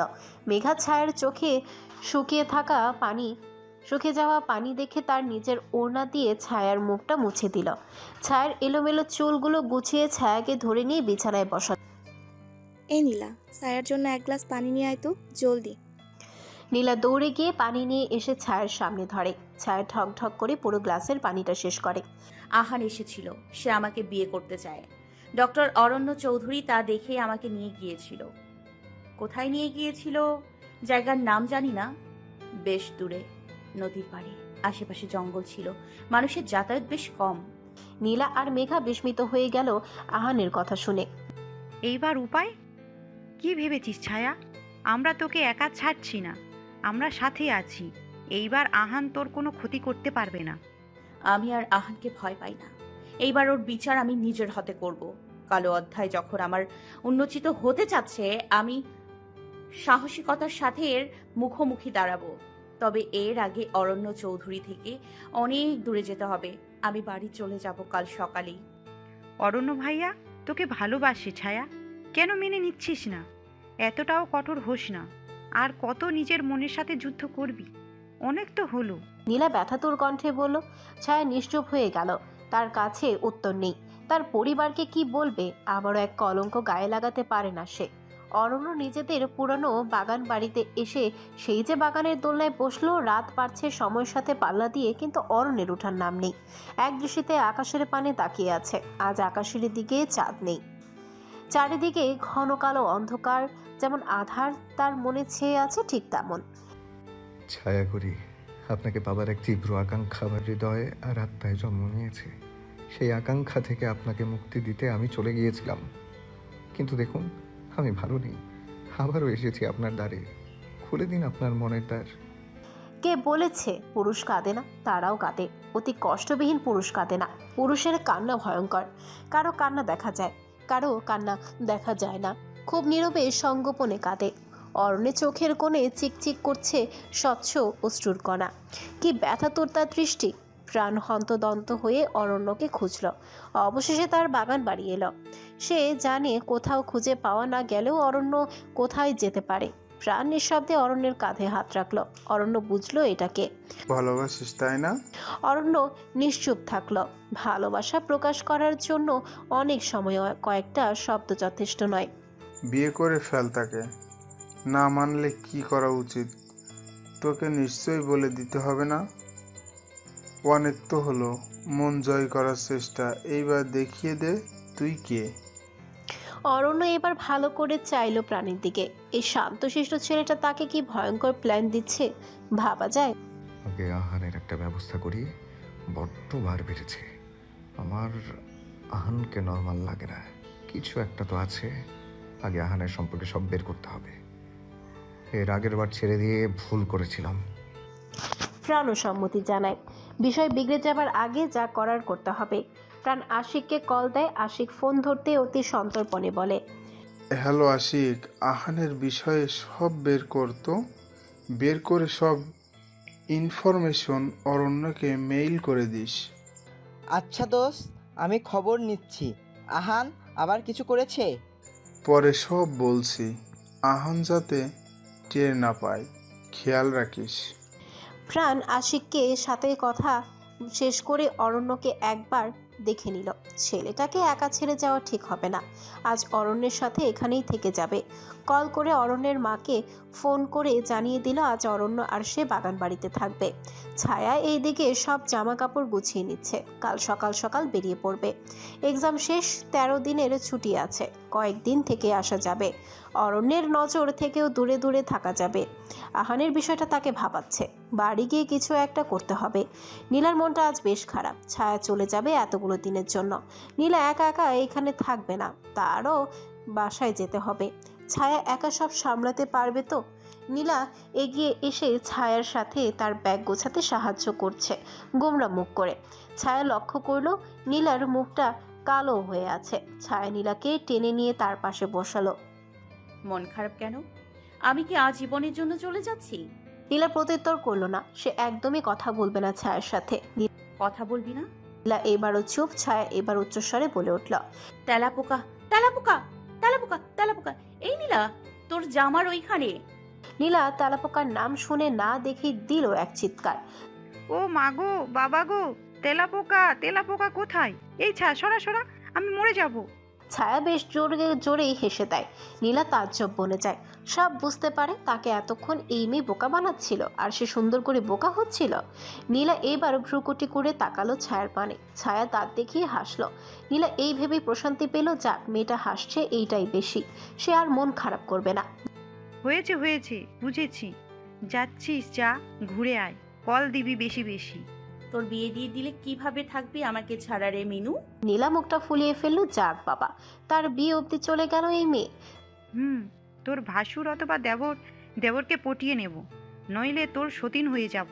তোর এত ভাবতে হবে না। ছায়া মাথায় হাত দিয়ে বসে আছে। নীলা তার সতীন হতেও রাজি। ছায়া নিজের ফোনটা অফ রাখলো। আজ রাতটা নীলার সাথে গল্প করে কাটাবে। মনটা কেমন জানি অস্থির অস্থির লাগছে। খারাপ কিছু হবে না তো? রিয়াটা কেমন আছে কে জানে, অনেকদিন কথা হয় না। আর তার এত ভালো বান্ধবী, অথচ একটা ঘটনা সব পাল্টে দিল। এইবার ছায়া এর শেষ দেখতে চায়। তাকে সব খুঁজে বের করতে হবে। ছায়া সকাল 8টার দিকে রওনা দিল আশুগঞ্জের উদ্দেশ্যে। ট্রেনে যাবে, আগে কমলাপুর স্টেশন যেতে হবে। সে ব্যাগ হাতে নিয়ে বাইরে বের হলো। নীলা তাকে জড়িয়ে ধরল। সাবধানে যাবি ছায়ু, ফোন দিস পৌঁছে। ছায়া মাথা নাড়ল আর একটা সুন্দর নির্মল হাসি উপহার দিল। তাকে মেয়েটা কত ভালোবাসে সেও নীলাকে বলল, আমি সাবধানে যাব, চিন্তা করিস না। তুইও সাবধানে যাবি, তুইও সাবধানে বাড়ি যাবি। আমাকে কল দিয়ে জানাবি, আমি অপেক্ষা করব। তুই বান্ধবী যেন আত্মার টান। ছায়াকে বিদায় দিয়ে নীলা নিজের বাসায় যাবে। ছায়া একটা সিএনজি ডেকে ওইটাই বসলো। সিএনজিতে বসে তার চোখে ঘুম ঘুম ভাব চলে এলো। কাল রাতে ঘুমায়নি। নীলার সাথে কথা বলতে বলতে আর সবকিছু গোছাতেই ভোর হয়ে গিয়েছিল। আবহাওয়াটা আজ বেশি ভালো না। মনে হচ্ছে বৃষ্টি হবে। বাইরে শোষো করে হাওয়া বইছে। গাছের শুকনো পাতাগুলো উড়িয়ে যাচ্ছে বহুদূর। এটা যেমন বাতাস আর পাতার মজার খেলা। দেখি তো আমাকে কত দূরে নিয়ে গিয়ে ফেলতে পারো পাতা। বুঝি বাতাসকে এইভাবে বলছে। বাতাস নিজের দাপট পাতাকে দেখিয়ে বলবে, হতচ্ছাড়া বাদর, আমার ক্ষমতা তাহলে এই দেখো। এইটা বলে দাপটের সাথে পাতাগুলোকে অজানা উদ্দেশ্যে উড়িয়ে নিয়ে যায়। পাতাগুলি খিলখিল করে হেসে যাবে। মেঘগুলো ওদের খেলা দেখে হিংসে করবে। আমাকে রেখে কেমন করে খেলছে গো, আমাকে একটু খেলায় নাও না।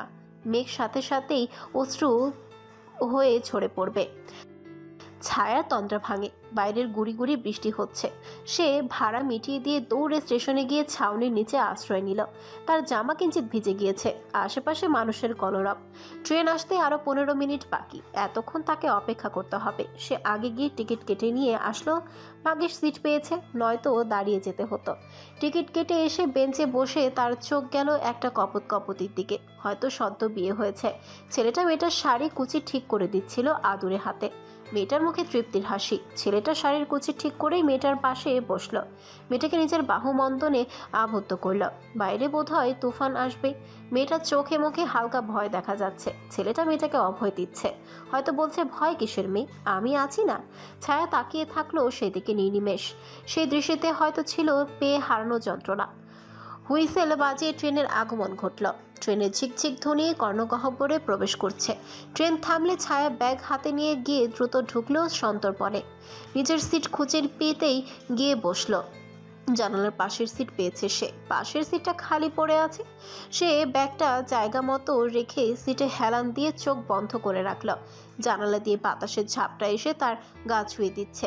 চুলগুলো বাতাসের তালে উঠছে, চোখে মুখে এসে পড়ছে। তখনই কেউ একজন এসে হুড়মুড়িয়ে তার পাশের সিটে বসলো। ছায়া তাকিয়ে দেখলো না। যার আশার এসেছে তার এখন একটা লম্বা ঘুমের প্রয়োজন। বেশ কিছুক্ষণ ঘুমের পর ছায়ার ঘুম কিছুটা হালকা হলে অনুভব করল কেউ প্রগাঢ় দৃষ্টিতে তাকে দেখছে। সে চোখটা খুলে পাশে তাকাতে হকচকিয়ে উঠল। আপনি এখানে কিভাবে? আপনি ঘাবড়ে যাচ্ছেন কেন মিস? আমার মনে হলো অনেকদিন ট্রেনে ওঠা হয় না, তাই চলে এলাম। পাশে লক্ষ্য করতেই দেখলাম আপনার মতো একজন, কিন্তু কিন্তু চিনতে পারলাম না। চুল দিয়ে মুখ ঢাকা ছিল। মিথ্যা বলছেন আপনি। আপনার নিজের গাড়ি থাকতে ট্রেনে কেন উঠতে যাবেন? আর ট্রেনে উঠবেন তো যাওয়ার আরো অনেক জায়গা আছে। আর বসবেন ভালো কথা, তাও আমার পাশের সিটে। What a coincidence miss. বলে দাঁত কেলিয়ে হাসি দিল। ছায়া ফুঁসতে লাগলো।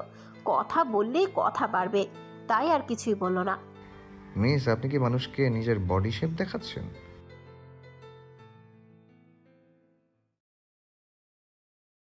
রাত 8টার দিকে অভিককে প্রাণ এয়ারপোর্ট থেকে রিসিভ করে সোজা অরণ্যের বাসায় এসেছে। অরণ্যকে কিছু পেপার দিতে আর জরুরি আলাপ করতে। কিন্তু অরণ্য বাসায় ছিল না, হসপিটালে ছিল। বাসায় জেসমিন বেগম, অনন্যা, আকাশ আর কাজের মেয়ে রিমি ছিল। জেসমিন বেগম অভিক আর প্রাণকে নিজের ছেলের মতোই ভালোবাসেন। ছোট থেকেই তাদের এই বাসায় যাতায়াত। তাই ওরা আসার পর থেকে জেসমিন বেগম নিজের কথার ঝুলি খুলে বসেছেন। সে সাথে এটা সেটা খাইয়েই যাচ্ছে।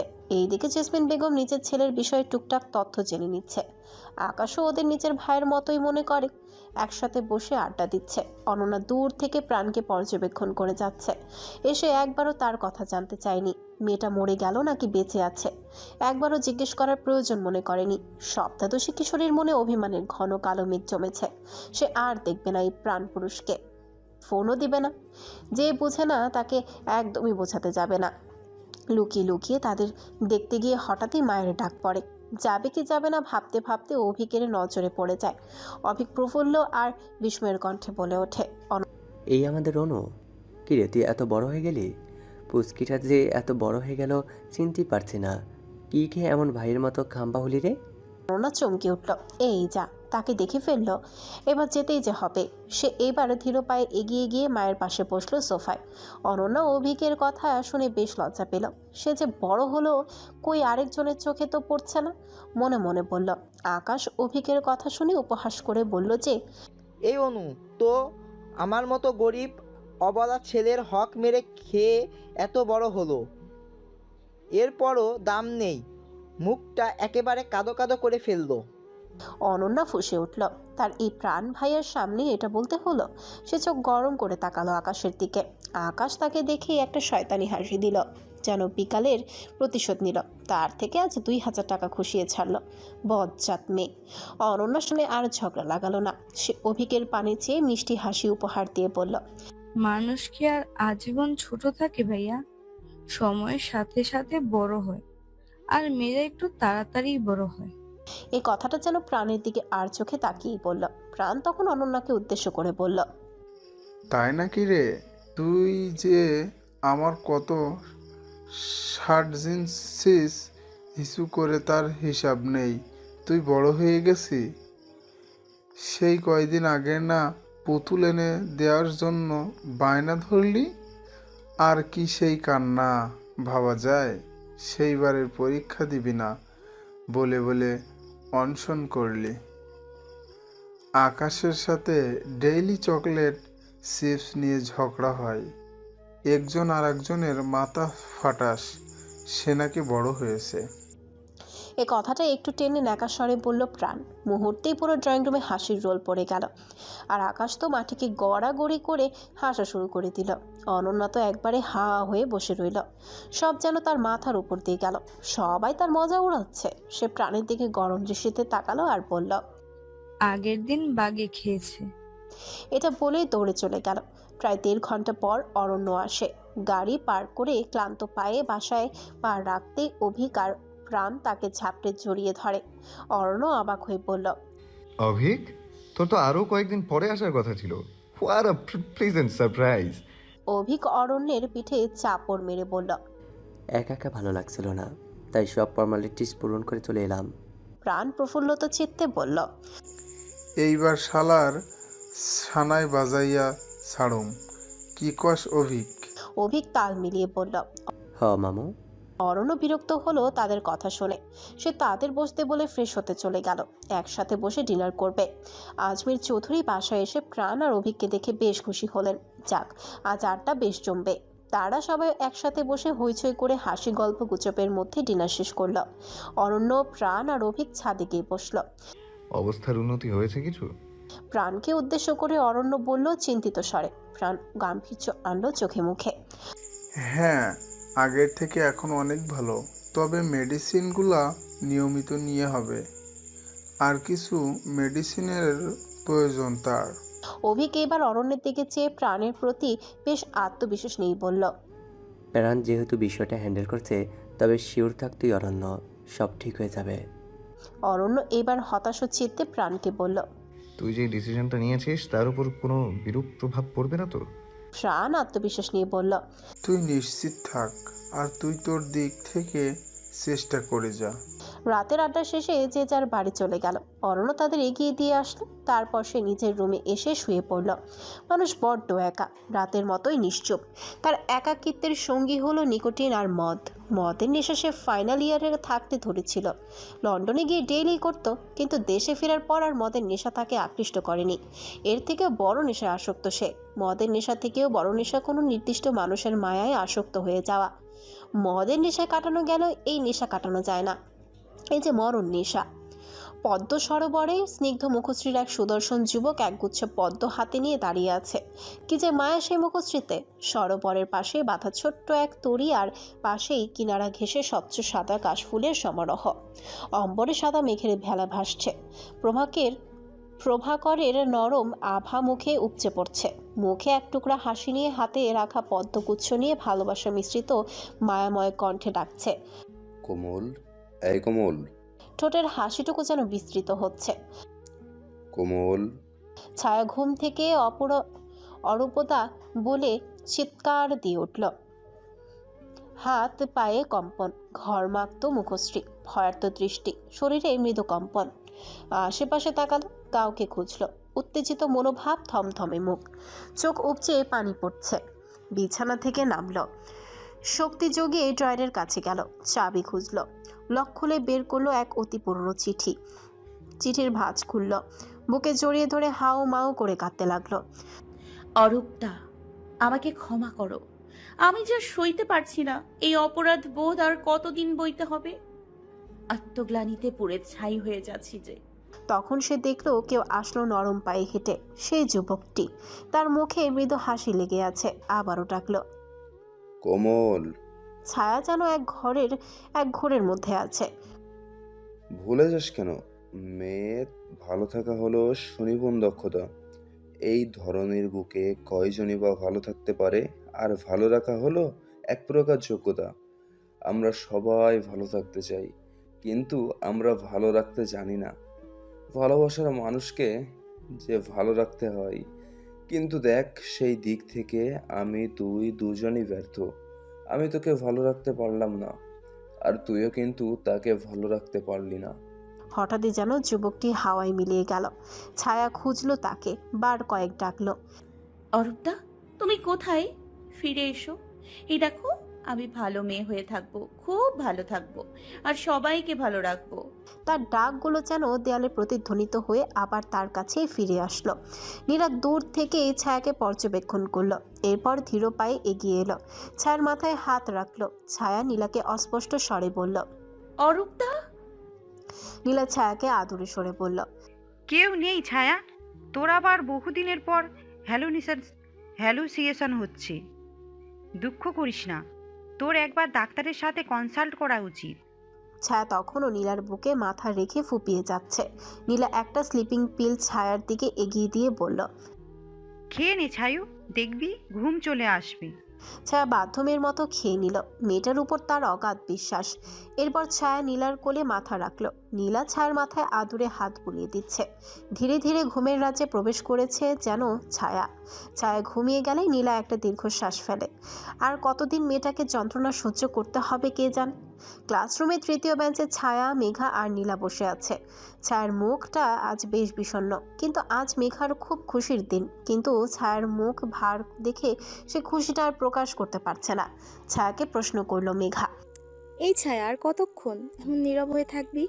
তোর চুপ থাকা দেখে আমার নিজেরই মুখ চুলকাচ্ছে। নীলাও মাথা দুলিয়ে মেঘার সাথে সহমত প্রকাশ করলো। হ্যাঁ, একদম ঠিক বলেছিস মেঘা। এই ছায়া, তোর পেটে ব্যথা করে না? এত কথা যে পেটে জমিয়ে রাখিস। ছায়া আজ তাদের কথার কোনো প্রত্যুত্তর করলো না। এমনটাই হয়। আজ প্রথম ক্লাসটাই ডক্টর অরণ্যের। আজকাল তার দিন বেশ ব্যস্ত কাটছে। সে তাড়াহুড়ো করে রুমে আসলো। সবাই সালাম দিল, সেও সালামের উত্তর দিল। আপনাদের সবার জন্য একটা জরুরি নোটিশ আছে। আপনাদের তৃতীয় বর্ষের ফাইনাল পরীক্ষার রুটিন পাবলিশ করা হয়েছে। ক্লাস শেষে নিয়ে যাবেন। মুহূর্তে ক্লাস জুড়ে গুনগুন শুরু হলো। এই মেঘা, এইবার তোর প্রিপারেশন কেমন রে? নীলা জানতে চাইলো হতাশ হয়ে। তার প্রিপারেশন এইবার বেশ খারাপ। অবশ্য প্রতিবারই খারাপ থাকে। ছায়াটা সাথে আছে তাই একটু নিশ্চিত থাকে। মেঘা হাই তুলে জবাব দিল, মোর প্রাণনাথ বাংলাদেশে এসে গেছে। পরীক্ষার কথা না জিজ্ঞাসা কইরা বিয়ার কথা জিগাবি, বুঝছস? যেন ফুস করে নিঃশ্বাস ফেলল। হ্যাঁ, আর গতকাল জানি তার সিঙ্গেল থাকা লাগে। এইদিকে ছায়া আজ কোনো শব্দ করছে না, কোনো প্রতিক্রিয়া দেখাচ্ছে না পরীক্ষার কথা শুনে। অরণ্য তার দিকে সূক্ষ্ম দৃষ্টিতে তাকিয়েছিল অনেকক্ষণ, কিন্তু ছায়ার আচরণ তাকে বরাবরই হতাশ করছে। Keep silent students. আপনাদের পরীক্ষার আর মাত্র কিছুদিন বাকি। Give your best. ক্লাস করানোর ফাঁকে ফাঁকে অরণ্য ছায়াকে লক্ষ্য করল। ছায়া বরাবরের মতোই নির্বিকার। অহনা ক্লাস করছে নাকি অরণ্যকে দেখছে বোঝা দেয়। চোখের পলক ফেলছে না। তার ভালোবাসা প্রকাশ করার সময় আসছে। এক্সামটা শেষ হলেই তার মনের কথা জানিয়ে দেবে। তবে আগে বাবাকে বিষয়টা জানানো দরকার। বাবা তার সব আবদার পূরণ করে। এইবারও নিশ্চয়ই হতাশ করবে না। এইসব ভাবতেই ঠোঁটে হাসির রেখা ফুটে উঠল। কেবিনে 15 মিনিট ধরে ছায়া বসে আছে। অরণ্য তার সামনে চেয়ারে বসে চেয়ার দৌড়াচ্ছে। না ছায়াকে যেতে দিচ্ছে আর না কোনো কিছু করতে বলছে। যেন কিছু গভীরভাবে পরখ করছে। ছায়ার চোখের নিচে কালো দাগ, মুখটা শুকিয়ে গিয়েছে। চোখের মুখে শোকের প্রগাঢ়তা। অরণ্য নিঃশব্দে দীর্ঘশ্বাস ফেলল। মেয়েটা কাউকেই কিছু বলে না। এরকম চলতে থাকলে মানসিকভাবে অসুস্থ হয়ে পড়বে। অরণ্য হালকা কাশি দিয়ে ছায়ার দৃষ্টি আকর্ষণ করলো। এবার ছায়া মুখ তুলে তাকালো। দেখুন মিস, আপনি এখন অ্যাডাল্ট, ম্যাচিওর, বোঝার বয়স হয়েছে। আপনাকে এরকম বিষণ্ণতা মানায় না। আপনার ফিউচার পেশা ডাক্তারি। আপনি কি জানেন একজন ডক্টরের হাসি দেখে রোগীরা কনফিডেন্স পায়? তাদের ওপর কতটা ইফেক্ট করে? আপনাকে নিজের মনের ওপর কাবু করতে হবে। ঘুরতে যান বান্ধবীদের সাথে, নিজেকে একটু সময় দিন। সামনে পরীক্ষা, নিজেকে প্রস্তুত করুন। কিছুক্ষণ থেমে সে আবারও বলল, সুখ, দুঃখ, হতাশা এইগুলো জীবনের একটা অবিচ্ছেদ্য অংশ। কারো জীবনে নিরবিচ্ছিন্ন সুখ থাকে না, আবার কারো জীবনে কেবল দুঃখই থাকে না। দুঃখ আছে বলেই আমরা সুখের মূল্য বুঝি। দুঃখকে জীবনের সাথে করেই চলতে হয়। তবে দুঃখকে এত প্রায়োরিটি না দিয়ে ওভারকাম করতে শিখুন। ছায়া বেশ মনোযোগ দিয়ে শুনল কথাগুলো। তার মনে অরণ্যের জন্য সম্মান দিন দিন বাড়ছে, কিন্তু পূর্বের কিছু আচরণ তাকে ভাবাচ্ছে। সে অরণ্যের সাথে সম্মতি প্রকাশ করে প্রস্থান করে। ছায়ার যাওয়ার পানে অরণ্য নির্নিমেষ তাকিয়ে রইল। আজকে প্রাণকে দাওয়াত দিয়েছেন আজমির চৌধুরী স্বয়ং। বিশেষ তলব করেছেন। ছেলে যথেষ্ট বুঝদার হলেও বাবা মায়ের সন্তানের প্রতি দায়িত্ব থাকে, তাদের চিন্তা হয়। অরণ্যের বিষয়ে কথা বলতেই প্রাণের বিশেষ তলব। প্রাণ আজ যথেষ্ট ব্যস্ত হলেও আজমির চৌধুরীর কথা ফেলতে পারেনি, তাই আজ হাফ ডের ছুটি নিয়ে চৌধুরী বাড়ি হাজির। আজমির চৌধুরী প্রাণকে বিশেষ তলব করলেও তিনি ইমার্জেন্সি ওটিতে আটকে যাওয়ার জন্য প্রাণকে 1-2 ঘন্টা অপেক্ষা করতে বললেন ফোন দিয়ে। এইদিকে অনন্যা আজ বেজায় খুশি। মায়েদের শাড়ি পরলে নাকি বড় বড় লাগে, তাই সে মনে মনে ঠিক করলো আজ সে শাড়ি পরবে। কিন্তু শাড়ি তো তার নেই, আর শাড়ি পরতে পারে না। সে কিছুক্ষণ ভাবলো, কিছু একটা ভেবেই মায়ের রুমের দিকে দৌড় দিল। মাম্মাম, আজকে আমার একটা বান্ধবীর জন্মদিন। সবাই একসাথে প্ল্যান করেছি শাড়ি পরবো, কিন্তু আমার তো শাড়ি নেই, আর আমি পরতেও পারি না। জেসমিন বেগম বেশ অবাক হলেন। এই মেয়ে পরবে শাড়ি, যে মিনিটে মিনিটে রাস্তায় হোঁচট খায়, কোনোদিন শাড়ি নাম নেয়নি, আজ হঠাৎ করে শাড়ি পরবে। তাই তিনি বলল, বান্ধবীর জন্মদিন আগে বলিসনি কেন? আকাশকে বা অথবা তোর বাবাকে একটা গিফট নিয়ে আনতে বলতাম। এখন কার সাথে মার্কেটে যাবি? আর শাড়ি সামলাতে পারবি? এইটুকে মেয়ে। অনন্যা তার কথায় স্থির। সে পরবে মানে পরবেই শাড়ি। তাই জেসমিন বেগম আর মেয়ের সাথে না পেরে আলমারি খুলে খয়েরি রঙের একটা জামদানি শাড়ি বের করল। শাড়িটির পাড়টা লাল সোনালি রঙের, আর তাতে রয়েছে হালকা কারুকাজ। শাড়ি বের করে মেয়েকে সুন্দর করে পরিয়ে দিল নিজ হাতে, আর অনেকগুলো সেফটি পিন দিয়ে আটকে দিল যাতে না খুলে যায়। শাড়ি পরিয়ে জেসমিন বেগম যেমন থ মেরে বসে আছেন, মুখে হাত দিয়ে। মেয়েটাকে শাড়ি পরে বড় বড় লাগছে। মেয়েটা কবে এত বড় হলো? চোখের পলক না, সময় কোন দিক দিয়ে চলে যায় গেল। সেই দিন না মেয়েটা হলো, একটু একটু করে কথা শিখলো, হাঁটা শিখলো, স্কুল গেল বাবার হাত ধরে, ভাইয়ার কাঁধে চড়ে, বাজারে গিয়ে এটা খাবে সেটা খাবে বলে কান্না জুড়ে দিত। আকাশের সাথে দিলে 1000 বার ঝরগা লাগাইতো।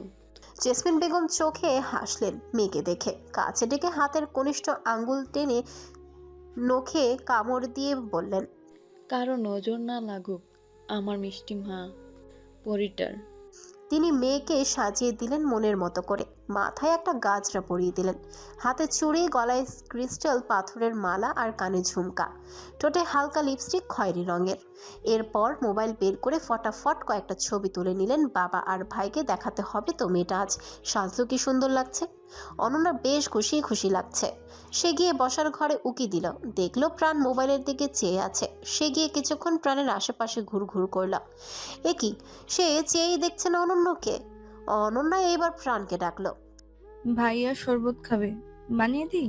প্রাণ এইবারও তাকালো না তার দিকে, মোবাইলের দিকে দৃষ্টি রেখে বলল, আরে পিচ্চি, কেমন আছিস? সর্বরানটি আসার সাথে সাথেই দিয়েছে, আর খাবো না এখন। অনন্যা বেশ হতাশ হলো। সে এত কষ্ট করে কার জন্য শাড়ি পরলো, অথচ সে তাকিয়েই দেখছে না। একটু দেখলে কি হয়, এই যে তার মা তার কত তারিফ করছে, তাকে কি সুন্দর বলছে। এই সুন্দর এই প্রাণ পুরুষ না দেখলে যে বৃথা হওয়া যাবে। সে কিছুক্ষণ উকি ঝুঁকি দিল প্রাণের মোবাইলের দিকে, কিন্তু প্রাণ তাকালো না। তাই সে আর কিছু না বলে চলে গেল নিজের রুমে। জেসমিন বেগম প্রাণের কাছে এসে বসলেন। বাবা, তুই তো এখন ফ্রি আছোস, একটু অনুকে মার্কেটে নিয়ে যেতে পারবি? একটা গিফট কিন্তু অনু, তার বান্ধবীর জন্মদিন। একা ছাড়বো না আজ। আকাশ ভার্সিটিতে, অন্য আর তোর আঙ্কেল হসপিটালে। আন্টি, আপনি চিন্তা করবেন না, আমি নিয়ে যাচ্ছি এই পুচকিকে। জেসমিন বেগম নিশ্চিন্ত হলেন। ছেলেটাকে তার অনেক ভালো লাগে। সে ছোটবেলা থেকে দেখছে কত ভদ্র আর বিনয়ী, কোনো খারাপ অভ্যাস চোখে পড়েনি। অনন্যার এতক্ষণ মন খারাপ থাকলেও প্রাণের সাথে যাবে শুনে মনটা বেশ ফুরফুরে হয়ে গেল। সে গিয়ে গাড়িতে বসলো আগে ভাগে প্রাণের পাশে। সে প্রাণকে ডাক দিয়ে বলল, ভাইয়া দেখো তো, আমার লিপস্টিক নষ্ট হয়ে গিয়েছে নাকি? এইবার প্রাণ চাইলো, কিন্তু কিছু বলল না। সে দৃষ্টিতে কি ছিল জানা নেই। কিছুক্ষণ তাকিয়ে থেকে গাড়ি চালাতে মনোযোগ দিল প্রাণ, কিন্তু এইটুকু তাকানোতেই অনন্যা ব্যাপক লজ্জা পাচ্ছে। ইস, তার গাল দুটো যে লাল হয়ে যাচ্ছে। প্রাণ এবার মুখ খুলল, কি রে, প্রেম টেম করে বেড়াচ্ছিস নাকি রে? দেখে তো তাই মনে হয়। আবার কেমন যেন তোর গালটাল একদম লাল হয়ে যাচ্ছে, ব্যাপার কি রে? অনন্যার এবার মুখ চুপসে গেল। সে প্রেম করে বেড়ালো কবে? এই মানুষটা ছাড়া সে কি আর কারো কথা ভাবতে পারে? উত্তর দেওয়ার প্রয়োজন মনে করলো না। কিছুক্ষণ পরে গুনগুন করে অভিমানী গলায় গাইল, তোমাকে বুঝি না প্রিয়, বুঝো না তুমি আমায়। দূরত্ব বাড়ে, যোগাযোগ নিভে যায়। প্রাণ মুচকি হাসলো। সেও এলোমেলো কণ্ঠে আওড়ালো, তুলনাহীনা জলের কিনার, তুলনাহীনা জলের কিনার, খয়েরি কুড়ির ফুল সূর্যের খুঁজে বেড়ায়। অনন্যা যেন খুশিতে বিহ্বল হলো, সেই সাথে অবাক। চমৎকার গায়ে তার প্রাণ সখা। মুখে চলে এলো এক টুকরো হাসি। জানালার বাইরে তাকালো এবার। সব যেন মুহূর্তেই পাল্টে গেল। সব এত সুন্দর লাগছে কেন তার কাছে? এই মুহূর্তটা থমকে যাক। মানুষ প্রেমে পড়লে তার সব কিছুতেই ভালো লাগে। তার মনে শতরঙ্গা প্রজাপতিরা উড়ে বেড়ায়, যেমনটা অনন্যার মনে উড়ে বেড়াচ্ছে এখন। প্রাণের মনে কি চলছে কে জানে? সে কি আদৌ এই আবেগপূর্ণ কিশোরীর মন বুঝতে পারছে, নাকি বুঝেও চুপ থাকছে উপযুক্ত সময়ের আশায়? মানুষের মন বোঝা বড্ড মুশকিল। মার্কেটের সামনে আসতে অনন্যাকে প্রাণ নামতে বলে। অনন্যাকে একটা ফুলদানি পছন্দ করে দেয় বান্ধবীকে গিফট হিসেবে দিতে। কিন্তু গিফট কিনা শেষ হতে অনন্যার শাড়ির কুচি ধরেই দিল দৌড় এক টেডি বিয়ারের দোকানের দিকে। প্রাণ মাথায় হাত দিয়ে বলে, এই মেয়ের নাকি বড় হয়েছে, এখন ওই বাচ্চাদের মতো দৌড়াদৌড়ি শুরু করে দিল। এই উনু দাঁড়া, আর দৌড়াবি না। যা দরকার আমারে বল, তাও দৌড়াবেস না। তোর কিছু হইলে তোর ভাই মরে বাস দিবে। প্রাণও হাতে গিফট নিয়ে অনন্যার পেছনে দৌড়। প্রাণ দোকানে গিয়ে দেখে অনন্যা একদমই বাচ্চাদের মতোই এই পুতুল সেই পুতুল দেখছে আর মুখে হাসির ফোয়ারা। প্রাণ এগিয়ে গিয়ে একটা টেডি বিয়ার পছন্দ করলো। সেটা অনন্যাকে দেখাতেই তারও বেশ পছন্দ হলো। প্রাণ নিজে অনন্যাকে টেডি বিয়ার কিনে দিল। অনন্যা টেডি বিয়ারটা পেয়ে বেশ খুশি হলো। খুশির ঠেলায় প্রাণকে জড়িয়ে ধরে বলে ওঠে, মেনি মেনি থ্যাঙ্কস প্রাণ ভাইয়া। আমাকে মোটেও বাচ্চা ভাববেন না। আর 1 বছর পরেই আমি প্রাপ্তবয়স্ক হয়ে যাব। এই টেডি বিয়ার গুলোর প্রতি আমার ভীষণ দুর্বলতা আছে, তাই এক্সাইটেড হয়ে গিয়েছিলাম একটু। প্রাণের যেন শ্বাস বন্ধ হয়ে যাবার জোগাড়। অনন্যাকে গা থেকে সরিয়েই বলে, হইছে হইছে, মরে ছাড়ি দে। অনন্যার বিষয়টা বেশ মজা লাগলো। প্রাণ ভাইয়া কি তবে লজ্জা পাচ্ছে? সে গা দুলিয়ে হাসে। আজকের দিনটি তার আজীবন মনে থাকবে। আজমির চৌধুরী বেশ সিরিয়াস ভঙ্গিতে সোফায় বসে আছে। প্রাণ তার অপর পাশে মুখোমুখি বসে আছে। প্রাণ, আমি তোমাকে আমার ছেলের মতো স্নেহ করি। অরণ্যের বেস্ট ফ্রেন্ড তুমি। তার উপর মানুষের মন অন্যদের তুলনায় বেশ ভালোই বুঝো। তাই আমি আশা করছি আমি তোমার থেকে নির্ভুল তথ্য পাবো। প্রাণ মাথা নাড়িয়ে সম্মতি জানায়। অরণ্য কি যেন সবসময় চিন্তা করে, নিজেকে ব্যস্ত রাখতে চায়। বিয়ের কথা উঠলেই এড়িয়ে চলে। সে আজকাল অতিমাত্রায় ধূমপান করে। এইভাবে চলতে থাকলে অসুস্থ হয়ে পড়বে। সে আমাদের থেকে অনেক দূরে চলে যাচ্ছে। তুমি তার বন্ধু, কিছু একটা করো। প্রাণ নীরবে তপ্ত শ্বাস ফেলে। আমি চেষ্টা করব আঙ্কেল, আমার উপর বিশ্বাস রাখুন, সব ঠিক হয়ে যাবে। অরণ্যকে কিছুদিন নিজের মতো ছেড়ে দিন। তার নিজেকে বোঝা প্রয়োজন, জানা প্রয়োজন। যেই দিন পড়বে সেই দিনই সব ঠিক হয়ে যাবে, দেখে নিয়েন। আর অরণ্যের বিয়ে খুব শীঘ্রই হবে, সময়ের অপেক্ষা মাত্র। প্রায় 1 সপ্তাহ কেটে যায়। এইদিকে কাল থেকে পরীক্ষা শুরু। ছায়া পড়াশোনায় বেশ মনোযোগী। আশেপাশে তাকানোর সুযোগ কই তার। একদিকে নীলা হাই হতাশ করছে, পড়াশোনায় মন কই তার। সে তো সবসময় আড্ডা দেওয়া, ঘুরুঘুরি, গল্পগুজব নিয়েই মতে থাকে। শুধু পরীক্ষা কাছে আসলেই তার যত চিন্তা শুরু। পরীক্ষা ব্যবস্থাটা না থাকলেই বোধহয় ভালো হতো। ছায়া 2 কাপ দুধ চা বানালো বেশ মজা করে। একটা তার নিজের জন্য আর একটা নীলার জন্য। নীলা তার হাতের দুধ চা বেশ পছন্দ করে। ছায়া নীলার রুমে গিয়ে নীলার টেবিলে চা রাখলো। নীলা টেবিলে বইয়ের ভাঁজে মাথা রেখে ঝিমোচ্ছে। ছায়া মুচকি হাসে। মেয়েটা পারেও বটে। ছায়া আস্তে করে নীলাকে ডাকলো। নীলা হকচকিয়ে উঠল। এই রে, সকাল হয়ে গেল। আমার আরো অনেকগুলো চ্যাপ্টার বাকি ছায়ু, কি হবে রে আমার? ছায়া এবার বেশ জোরেই হেসে দিল। নীলার মাথায় চাটি মেরে বলে, সকাল হয়নি, এখন মাত্র 10টা বাজে। এই নে তোর প্রিয় চা। চা খেয়ে শরীরটা চাঙ্গা করতো, দেখবি ঘুম জানালা দিয়ে পালাবে। নীলা হাফ ছেড়ে বাঁচল। সন্ধ্যার পর থেকে সে ঝিমোচ্ছে। পড়া কিছুতেই হয়নি ভালো করে। না, এইবার একটু সিরিয়াস হওয়া উচিত। ছায়া নিজের রুমে গেল নিজের চাটা হাতে নিয়ে। পড়ার টেবিলে যেই না বসবে তখনই মোবাইল বেজে ওঠে। মোবাইল স্ক্রিনে বাবার নামটা জলজল করছে। ছায়া ফোনটা রিসিভ করে কানে ধরল। কেমন আছো মামুনি? ভালো আছো? শরীর ঠিক আছে? ছায়া নিঃশব্দে হাসে। বাবা তাকে খুব ভালোবাসে, সেটা সে জানে। আমি ভালো আছি বাবা, তুমি কেমন আছো? বাসার সবাই কেমন আছে? সবাই ভালো আছি আমরা। কাল থেকে তোমার পরীক্ষা শুরু। ভালো করে মাথা ঠান্ডা রেখে পরীক্ষা দিও কেমন? আর ঠিক মতো খেয়ে নিও। এই নাও, তোমার মা কথা বলবে। পরীক্ষা যাতে ভালো হয়, আর পরীক্ষার হলে যাওয়ার আগে ডিম সেদ্ধ অবশ্যই খাবে, আর নিজের খেয়াল রেখো। মীরা বেগম বেশ চিন্তিত হয়ে বলে উঠলেন। ছায়া তাদের সবাইকে আশ্বস্ত করে। আমি খেয়ে নিব, তোমরা নিজের খেয়াল রাখো। আর রোজিকে এত বকাবকি করো না, এত চাপ দিও না। পড়াশোনা নিয়ে এত চাপাচাপি করা ঠিক হবে না। কাল পরীক্ষা, তাই তোমরা আজ এত ভালোবাসা দেখাচ্ছ আমাকে, বুঝতে পারছি। কিছুটা তাচ্ছিল্যের স্বরে বলল মাকে। আমাদের ভালোবাসা কখনোই বুঝবে না তুমি। মীরা বেগম বেশ উচ্চ স্বরেই বললেন। আর কোনো কথা হলো না। ছায়া ফোনটা রেখে দিল। তার এখন আর পড়তে ভালো লাগছে না। এখন সে কিছুক্ষণ চোখ বন্ধ করে শুয়ে থাকবে। তার ঠিক 15 মিনিট পর উঠে পড়বে। মোবাইলের মেসেজ টোন বেজে ওঠে তখনই। ছায়ার মেসেজটা ওপেন করতে মন চাইল না। চোখ বন্ধ করেই পড়ে থাকলো। সকাল 6:30। নীলা বেঘরে ঘুমাচ্ছে। মেয়েটা কত ঘুমায়, পরীক্ষা আসলে ঘুম দ্বিগুণ বেড়ে যায়। ছায়া ডেকে তুলল নীলাকে। ঘুম হয়েছে মহারানীর? এইবার যে উঠতে হয়। নীলা উঠলো, ঠোঁট ফুলালো।